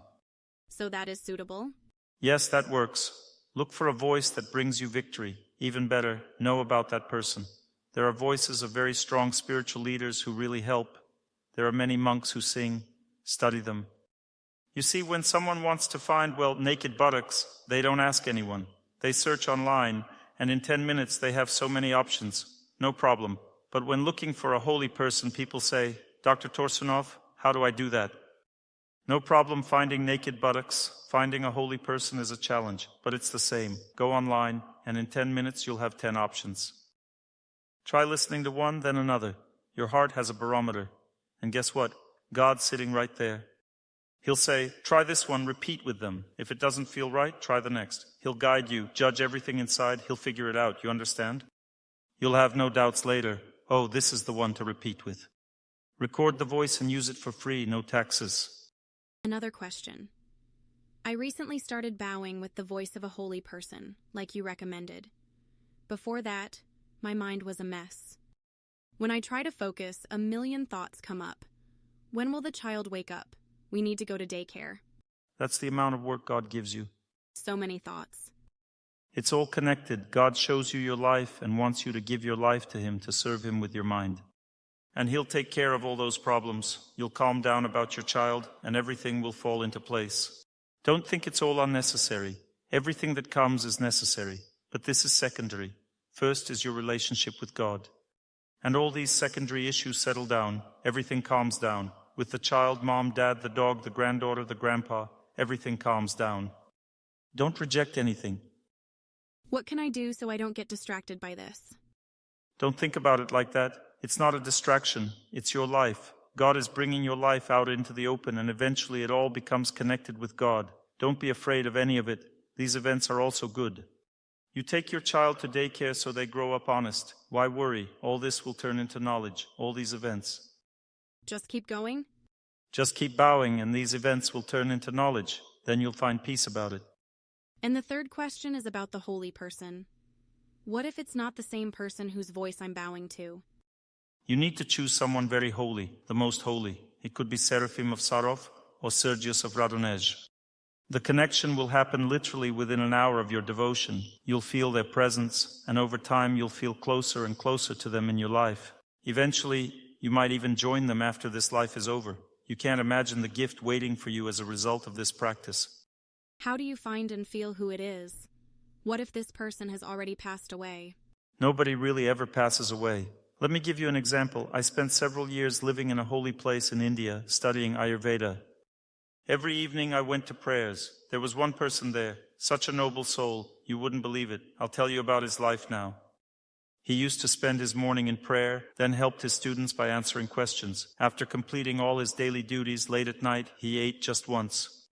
And he would go to sleep around dawn. And then he slept just a little, only a few hours, and then went back to serving God. He died bowing before the altar. Just imagine what kind of person he was. When someone passes away, the first thing I do is immediately search for their subtle energy body. I can feel the subtle energy body of any person if I remember them. I look for the subtle body because through it you can tell if a person is moving upward or downward, but there was no subtle body. The subtle energy body is the body with desires. That means our sins and desires. There were no sins or desires. I tried to sense it, just pure bliss, pure happiness.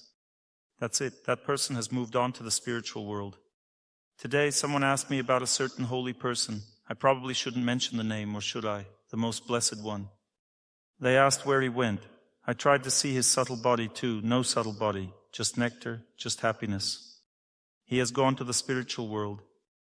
That means he's a saint. You can place an image of him and worship it, and the result will be the same.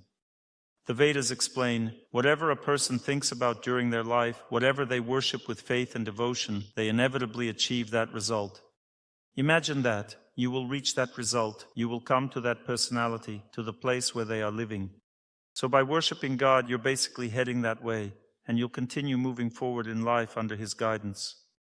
Do you understand now who to worship? The one who possesses the highest holiness? Maybe they aren't living on this earth anymore, but the connection with them is established instantly. And the most important thing, when I felt this person, I never had the feeling that he left my life. Even now I don't have that feeling. I'll tell you even more. When I arrived at this holy place, there was a person who served alongside him, and he took some sacred things from that saint, a few items. He took a small silver cup and embedded all of these things in epoxy resin and gave it to me. He said, I feel compelled, a strong desire to give this to you. This is for you. I was just stunned, and now I keep it. I connect with this person every day through his belongings. I simply start to bow, and within seconds the connection is established. I truly feel the presence of this person in my life. He guides me, helps me. Death does not exist. The idea of death is a myth. Our connection with every individual never breaks. With relatives who pass away, the bond remains forever. Even with those who abandoned us, the connection stays. Relationships are never severed. They either cleanse and become pure, bringing joy, or they bring pain, which then disrupts our lives. But when we establish a relationship with a holy person, we really establish a connection with that individual. I told you about my recent trip to South India and the experience I had there. No, I haven't? Well, I'll tell you now. About 2 or 3 months ago, I was in South India at a holy site called Srirangam.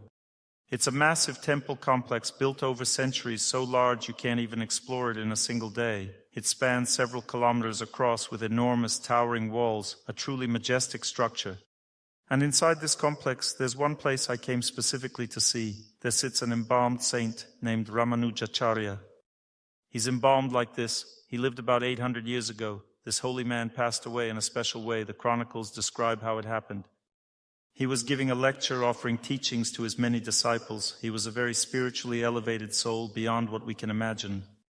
At the end of his teaching, he said, "Now I will pass away. Please follow all my instructions. I am departing from this world." The disciples immediately pleaded, "Please, we are not ready. Stay with us a little longer." They all begged and started crying. They implored him deeply to stay. Then he said, "All right, I will give you instructions for 1 more day." He continued teaching for that full day. When it ended, he sat down, looked at them, smiled, raised his hand like this and said, "I bless you." Then with the name of God on his lips, he passed away. His body remained seated like that. Before that, he told his disciples what to do with his body. They embalmed it using the solution he provided. He told them, I will continue to give you teachings for hundreds of years through this body, and you will see proof of this. Do you know what the proof is? For 800 years now, every month they remove the balm from his body and trim his nails. Interesting, right? He doesn't look dry or anything like that. His body looks quite normal. When I visited, a friend of mine was there with me. We began to pray, bow to this holy person, and listen to the record of the voice of another elevated person. About half an hour passed. After 30 minutes, I felt a connection with this personality. At that very moment, I didn't have to wait even a second. The moment I sensed this holy presence, some force directed my perception with great power straight into my heart, right here, to this spot. At that moment, I felt like a tiny, shining spark, so clear and bright beyond what I could imagine, small, eternal, and radiant, and that this spark was me. As I kept praying to him, I always felt this. Then my friend came up to me and said, "Listen, my heart is pounding. Something is moving inside, deeper and deeper." He asked, "What is this?" I said, keep praying, everything will be fine." Exactly what was needed. One small contact with a holy soul gives so much knowledge and strength in the heart, you can't even imagine. It completely changes your life. I was never able to achieve that effect on my own. Being near him, this holy personality, I got that result. Holy people don't leave this world, they stay to help us, that's their mission. Look at the Lavra temple in Kiev. How many holy people are buried there? I've never seen such a miracle anywhere, so many in one small place. One saint is usual, but there is a whole bunch of saints ready to help you. And you ask, "Dr. Torsunov, who should I bow to?" You think there's really no one. Yes, a microphone, please. Is your question on topic about prayer? Very good. I'm endlessly happy with you. You have so many good people asking the right questions. Thank you very much. See how quick she was. She found a microphone. I listened to your lectures, and then I happened to catch a TV show about a saint. I started praying, and somehow, help began to appear in my life. Later, my husband and I visited the Lavra temple in Kiev, and we realized there was another saint there as well. Amazing. Now I want to pray to that one, and also to Saint Matrona. You have to do it one at a time. Take turns. Let's plan a month for each. I was in the exact same situation. I was devoted to my spiritual teacher first, and that's when I felt purity and holiness. I thought, well, he has spiritual brothers. What about them? I chose one of them and started worshiping him. As I worshipped him, a question immediately popped into my heart. So is my spiritual teacher no longer relevant? I thought, what should I do? So I decided to keep worshiping my spiritual teacher first. I did that, and gradually my heart felt satisfied. About a month passed. Then I looked at the next one. He's also a highly elevated saint. I began to feel his purity and thought, this is great. Is he like the first one? Then I moved on to the next, and so on, going through all of them. I felt such happiness with all the spiritual brothers of my teacher. I thought, they're amazing, so elevated. I need to study this world. You see, you shouldn't just bow 3 times and immediately jump to someone else. You need to linger a bit. Are you married? No? Imagine a young man approaches, and you think, okay, this one's good. Then another one comes up, and you think, all right, this one's good, let's go with him. Then another, then this one. See, you won't figure anything out that way. For me, it's like the very first one I connected with. I pray to him the most. Mostly just to him, but sometimes I feel drawn to others as well. But understand this, the very first one was given to you by God. It's a gift from God. That's why you want to build a relationship with him. Interestingly, when you build a relationship with a holy person, your husband doesn't get jealous. My wife has a spiritual teacher. It's not the same one I have. I don't feel any jealousy towards him. She worships him because it's a spiritual relationship, completely different. There's not even a hint of any bad feelings on my part. More than that, this person is also my mentor. I have a very deep relationship with him. When my wife comes to see him, we sit down together before him to receive guidance. She comes in, and then she starts crying. Every time he asks, "How are you?" she sits and cries. And I start asking questions for her because I already know she's going to cry and won't say much. I ask, he answers, she just sits and cries. She's seen her mentor, let it out, then leaves. Everything's fine. Life goes on. Is it different for you? Not like that? What, you don't cry? Great, that means your relationship is deepening. Bring the microphone closer. You're not just talking to me. You should let the whole room hear. I also wanted to ask about a place for our icons. There's a desk with a computer, and the icons are there. I don't know if they should be placed separately somehow. What's the most important place in the apartment, the central spot, where the TV and computer are? We don't have a TV. Then the computer. At first, the most central place in a person's apartment is the TV. After some time, the icon becomes the central place. The TV moves aside. You understand? Things change in life. Don't worry, the saint doesn't care where you place the icon. The saint is in your heart. The outside doesn't matter. But if you feel there's a better spot, put it there. Your heart will rejoice. Okay? I actually like it. You're really passionate about this. That's great. Did your husband come with you? No, he was here yesterday. We take turns. Our child is little. Good for you. Please send my regards to your husband and tell him I'm very grateful that he comes. Thank you very much. What if I pray along with the voice of not a saint, but just a good person living a spiritual life? Is that okay? Absolutely, that's great. Let me explain. There are two kinds of relationships. One is when a person receives spiritual power or initiation from someone. That's one kind.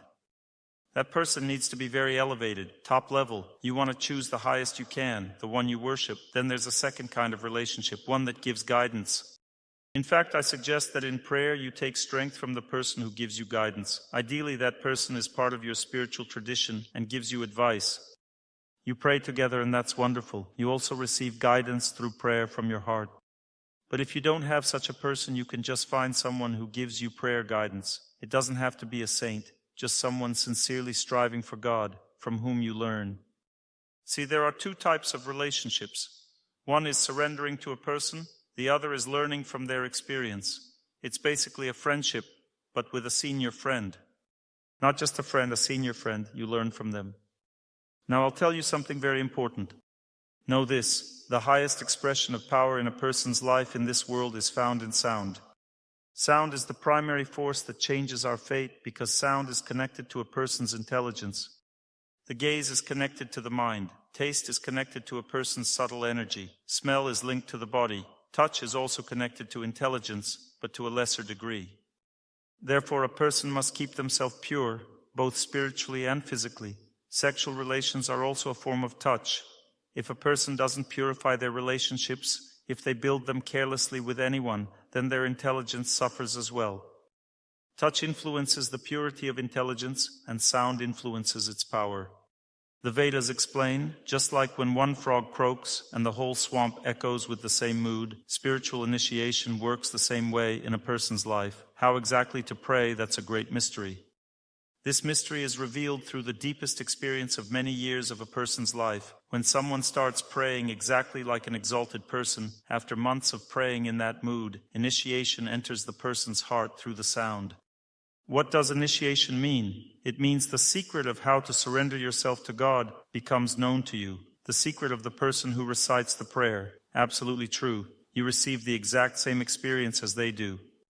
And this experience will continue to guide you in your life. I just told you the most important knowledge that exists in this world. There is no knowledge greater than what I just shared. The Vedas sum this up. There is one verse in the Vedas that says, salvation is in sound, salvation is in sound, salvation is in sound. This phrase is repeated 3 times. It means unwavering truth, no room for debate. Dr. Torsunov, please tell me, can we invite highly elevated personalities to our home? For example, Seraphim of Sarov, the Blessed One, Jesus Christ. Prepare a room, prepare refreshments. Invite them and have a sincere conversation. Not just one, not just 2, but all of them. Wouldn't this be considered a form of prayer? That's my question. You said it all yourself. Again, you said it all. There's a Vedic song, a bhajan, that goes like this. I want to make my heart a temple for the Lord. Invite him there and let him live there, and I will serve him and worship him. I want to decorate this room of my heart, to adorn it for the Lord with everything it needs. I believe this place belongs to him, not to me, and I want him to live there. And I will be his servant standing at the doorstep. You said it all, but this is higher knowledge. This is the next stage. When a person repeatedly realizes that God saves them, they no longer need to worry about their fate on their own. They surrender their heart to the one who is their protector, their guardian. This is already an experience. It all starts with these events. Then the person understands that all these events are meant exactly to help them understand what life is and why it is needed. That's exactly why the mother is needed. If you overcome fate, and your mother is the reason for that victory, you will then bring her flowers every day, Because the value of what you received in your heart compared to the problem you had, those are not comparable at all. Dr. Torsunov, thank you for the lecture. I also wanted to say to the young woman who's suffering because her loved one left, I'm in the same situation. Oh, great, interesting. I'm all ears. I've almost overcome it. I agree. You answered all my questions these days. How long did it take you to overcome it? It's been 5 months now. Yeah, that's about right. Do you have children? Yes, but not my biological child, from a previous relationship. I wanted to say, what was very hard for me wasn't that he had someone else already, but that we were both spiritually growing. You might have mixed him up a little with God, huh? Probably yes, I went in the wrong direction. That's okay. No doubt it's for the better. Thank you. But now you need to ask God in your prayer, why did this happen? You asked, right? And what did he tell you? That I need to grow and move forward. That's not the whole answer. He told me something a bit different. I see someone beside you who is older than you, very spiritually strong and developed. Like in the song, Ahead Lies a Bright Road, we'll walk it together. There are many songs, and we'll sing many more if we walk together. I see a presence near you. God has already placed this person by your side. You won't regret your fate, 100% sure. Have you checked, or do you still have doubts? Why the tears? Did you believe it or not? Yes. Did you feel this person? Yes. Now tune your antenna and start looking for who to build a connection with. May I ask a question? I have a pretty unusual situation. I was married, but my husband had a dog. When we met, I told him I couldn't live with a dog. I said we needed children, we needed a spiritual life. He replied, in a month, the dog will be gone. He quickly proposed. I believed him, prayed, and from that moment, I started watching and listening to your talks. He would shut the laptop saying, "This is nonsense, I don't want to watch it." Then he started saying the dog was important to him. I kept praying. Eventually, I began going to church. To get rid of the dog? No. We could have given the dog away, but he said, I can't. I'll suffer, and I'll make you suffer too, because I had to give the dog away. Did he give it away? No. Then I got sick. I have chronic tonsillitis. I couldn't breathe and had constant headaches. And do you know what caused the allergy? The dog. Because you had negative thoughts about it, that's why the allergy appeared. I told him that this allergy was because of the dog. Everyone understood except you. I started going to church and praying. Later, during confession, the priest told him the dog should be put down. He told me that if I stayed with him, I'd end up in a wheelchair. Finally, he drove me over the edge. I started suffocating. Eventually, I saw some doctors and was told I had reached the final stage of nervous stress. He would tell me to go to hell. After that, I pulled myself together. I left, started living at work, and kept praying for him. I've been praying for about 4 months now. Have you forgiven the dog? He told me, the dog stays. We're getting divorced. So he calmly came, divorced me, and left. I guess everything's fine with him now. The conclusion? Don't marry a man with a dog. I received a realization. A man should have spiritual values. He should also be engaged in spiritual practice. And if I take care of a man, then he should also take care of me. Isn't that right? Thank you. You made everyone laugh. I just didn't know where else to look for an answer. Now I'll give you an answer. Here's the answer. You should have forgiven the dog. You should have accepted it into your life, let it live with you. Then what? No children? Why not? You could have children. But I was always sick. That's because you didn't love the dog. That's why it happened. Do you know what an allergy is? It's resistance, a kind of inner conflict. For example, when someone cannot accept the weather they live in, they develop an allergy to that climate. If someone can't accept the cold, they become allergic to cold. If they're in conflict with an animal, they develop an allergy to that animal. It's real. This is not what some psychologists say. Just forgive, accept, surrender, forget. But that doesn't work. In this case, there was conflict with the dog. That means the dog was connected to you in a past life. You wronged this being somehow, and it was born again to make your life difficult. Tell me, if a man and woman are planning to have children, how is it normal that the dog bathes in the tub and the wife in a basin?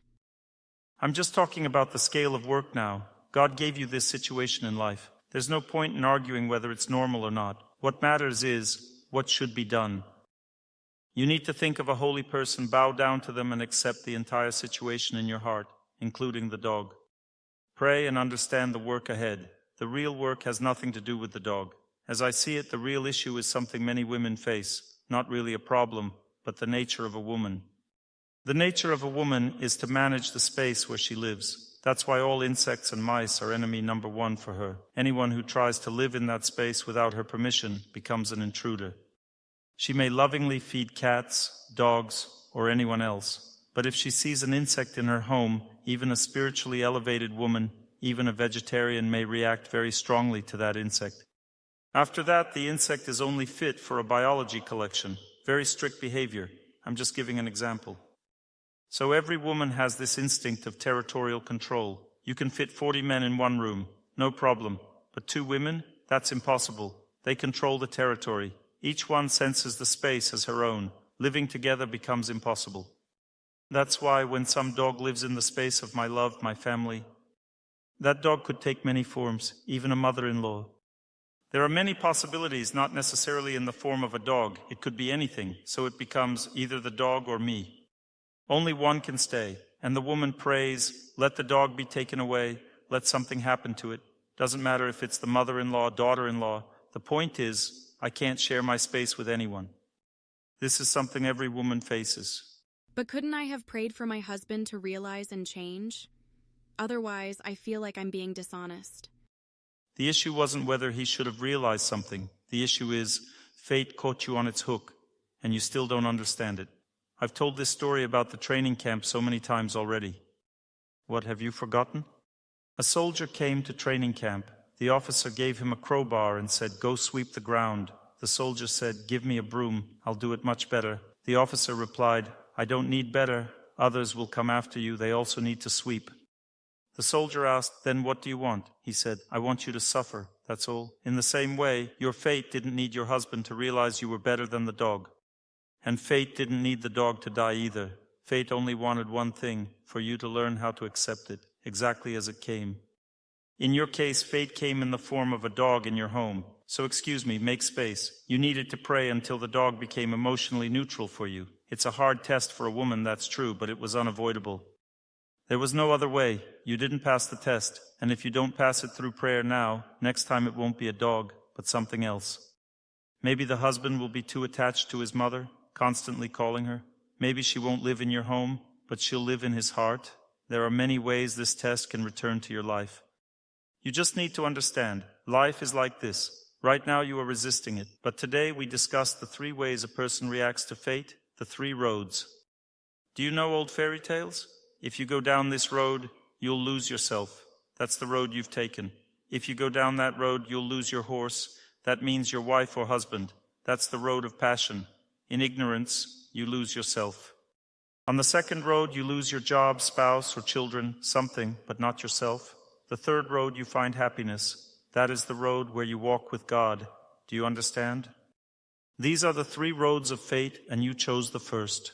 I had already become calm about the dog. Then they said, okay, now we can have children. Even his mother accepted me again. You should have had children. And then ended up in a wheelchair? There wouldn't have been any wheelchair. You were only calm on the outside. You needed to keep praying until the dog didn't bother you at all inside. And when it finally stops bothering you internally, that's when it will disappear from your life. Thank you very much. At this moment, you will see how this victory works. The moment it stops bothering you, that's when it will leave your life.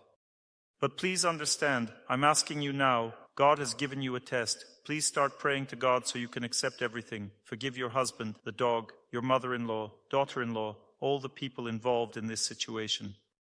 Pray until it becomes absolutely clear to you that this whole difficulty happened because of just one reason. Because you couldn't accept the life God gave you in the place He gave you. You wanted more. That's why everything went wrong. It will definitely happen again if you don't act now. You need to burn all this karma through prayer. You should pray for about 6 or 7 months so that this situation ends completely and never returns to your life. In this situation, only one person is to blame. Who is to blame? You need to realize that through prayer. When you realize it, your heart will rejoice. A person lives for knowledge and faith. When knowledge enters your heart, you will feel joy and forgive everyone around you. Because you'll understand that the root cause of your problem is just one thing, your rejection of another living being. Dr. Torsunov, can I ask something similar? Again, the same thing? About territory? A territorial question. Please tell me, is a husband's ex-wife also part of this territory? Is that something I must also accept? Good question. The thing is, I'm in my second marriage. His previous wife filed for divorce and left. After that, we met and got married. But there are grown-up children, 30 and 25 years old, and whenever there's a problem, they immediately go to their mother. So it's actually about the children, not the wife. The children keep nagging and bringing up their mother. Any problem, they immediately go to her. That's normal. Understand this. They are his children, and they stayed with him. You should accept them into your life as your own. You married a man who already has children. So now you need to bow before a holy person until you truly accept these children as your own. They must become yours in your heart. You should feel responsible and caring for them. That's it. And since they also have a mother, they handle things with their father, but she gets involved too. There is no real problem here. They keep asking him to solve their mother's problems. That means they probably can't help her on their own. Maybe she's going through a tough time, so they come to him because he's their father. He's the one in charge. This woman is in a very difficult emotional state right now. I can see her. She's short and a bit plump. No, on the contrary, she's thin, very slender, less than 50 kilos. Then is your husband like that? No. Then who did I see? The dog? Maybe me? It was you. Now I understand. I was just looking in the wrong direction. What's the woman's name? Elena. She is very emotional. I keep praying. I try to convince myself to calm down. Do you have any children with him? No. That's the whole problem. You need to have your own child with him. I can't, because of my age. How old are you? 46. You can still restore everything. Come to us for treatment. We can help you with this. We left everything behind. He gave everything to his wife, and I left everything to my husband and children. We started from zero. You left your husband? Yes, I left. Left or abandoned? Just left. Left or abandoned? Left. Or abandoned? No, left. Or abandoned? No, I left. Or abandoned? Well, I understand that since you keep repeating it, it's seen as abandoned. What do you mean seen as? No, you abandoned him. What do you mean seen as? That's the key. The sword of Damocles has entered your life. You need to make amends for what you've done. You wanted a happy new life, to build a new cozy nest for yourself? You destroyed your family. Now you have to pay for it. You must bow to God and ask for forgiveness. The time will come, and God will give you peace in your current family. But first, you must make amends. Because whenever someone leaves their loved ones, they say, I just left. But when they're the ones left behind, they say, I was abandoned. That's how human logic works. Listen to me. This is very important for everyone here. A person never knows on their own that they've done something wrong. They cannot see it by themselves. But when they start praying about it, following the advice of elders, the time comes when they truly realize what happened, and then they go through all the steps of repentance. And when all this is done, then fate blossoms. It changes for the better. You just need to do what I'm saying now. All other thoughts are just hurt feelings toward your fate. You can say whatever you want now about that woman. But she is simply the sword of Damocles in your life, and she will keep cutting until she destroys this family. You feel it. That's why you're suffering. Why does she behave this way? Where does she get such power? It's because of what you did to your previous family, that's all. Feeling a bit more sober now? Has something become clear in your mind? No? Then pray. Further conversation is pointless. I feel it's time to end now. Let's move into wishing happiness to everyone. I hope the answers to these questions brought some understanding to your minds. So, now you understand. Every action brings 3 possible reactions. The first is hopelessness. A person refuses to accept their guilt. They don't want to change. They just fight for their life in bitterness. I don't want to hurt anyone. I won't point fingers or name who in this room this applies to, but whenever this kind of reaction happens, there's no chance to fix things. Life just falls apart. That's the first type of reaction to a situation. The second is like replacing one problem with another. Pain turns into anger and it goes on and on. That's the second reaction, just replacing one with another. It means escaping the problem by running to someone else. But the third reaction is prayer, cleansing the heart, and rising to a new level of life. God doesn't just swap one problem for another. He gives you something better once you've passed your test. Then nothing will repeat. Everything will come in a new way, and far better than it was before. Do you understand the system? But first, accept your fate and follow the instructions. Step 1. Listen to the voice of a spiritually elevated person. Bow to a holy person. Do this until your heart receives the knowledge of how to live further. First comes peace in the heart, then understanding what the problem is and where to go. Then the issue resolves through actions. After about 6 months, everything becomes crystal clear and stays steady in your life. Like magic, everything passes. God's grace descends. Dr. Torsunov, may I ask one more question? We don't have time left, my dears. What is your name? Alina. Alina, all right, but please be quick. You said that the soul suffers while the body is on this earth. This question has troubled me since childhood. But how does a holy person not suffer? A holy person is not really on this earth. They are living in a relationship with God. If someone sees the sun, if the person is close to the sun, filled with its light, then there is no darkness in their life. Suffering means darkness, ignorance. If a person lives only for God and thinks of Him, then there is no ignorance, no darkness, only happiness. As the song says, the night will pass and the clear morning will come. I know happiness is waiting for us. The night will pass, the storm will end, the sun will rise, the sun will rise. Thank you. That's it, no more questions. Dr. Torsunov, I don't have a question. I really want to tell you a story from my life. Go ahead, but make it quick. Someone gave me a kitten. I'm not really a cat lover, but I grew very attached to this one. I believe God sent me this cat to show me that animals are not bad. He got sick after 3 months, and I took care of him, running around, doing everything for him. A few years passed, and I met a man who wanted to marry me. But he said, I don't want your cat. Is this the second episode of a Brazilian soap opera? I told my husband, the cat came into my life before you did. And what happened next? A few more years passed. We went to the seaside. Your cat is a real survivor. We gave the cat to my mother. She has a little adopted daughter. The girl wanted the cat, so I gave it to her. In the end, my husband accepted the cat, but the cat left. He didn't leave the family, but he left our home. Some more years passed. We bought a house. Then I got a call from my child's godmother, whose husband is a friend of my husband. She said, I want to give your husband a kitten for his birthday. I said, no need. She replied, I'll give it anyway. On his birthday, she brought a small box with the kitten. It was a girl. He named her FIFA. Now he loves her very much. He helped deliver her kittens. Now he even purrs along with her. Can you imagine what he might be born as in his next life? Sorry I took 2 minutes of your time, but I really wanted to share this story. All right, I accept everything you said, but I believe we should focus more on learning to love a saint and God. Then everyone else will naturally be loved too. Because in life we have not only animals, but also mothers-in-law and many other kinds of people. So everyone sit up straight. Thank you for your story. It made everyone laugh. Now we are ready to wish happiness to all. Let's tune in to the Orthodox choir. Please remember everything we discussed today. Remember we are listening to the sound and connecting with the sacred. It doesn't matter which spiritual tradition you follow. Maybe the voices of these monks are not from your tradition. It doesn't matter.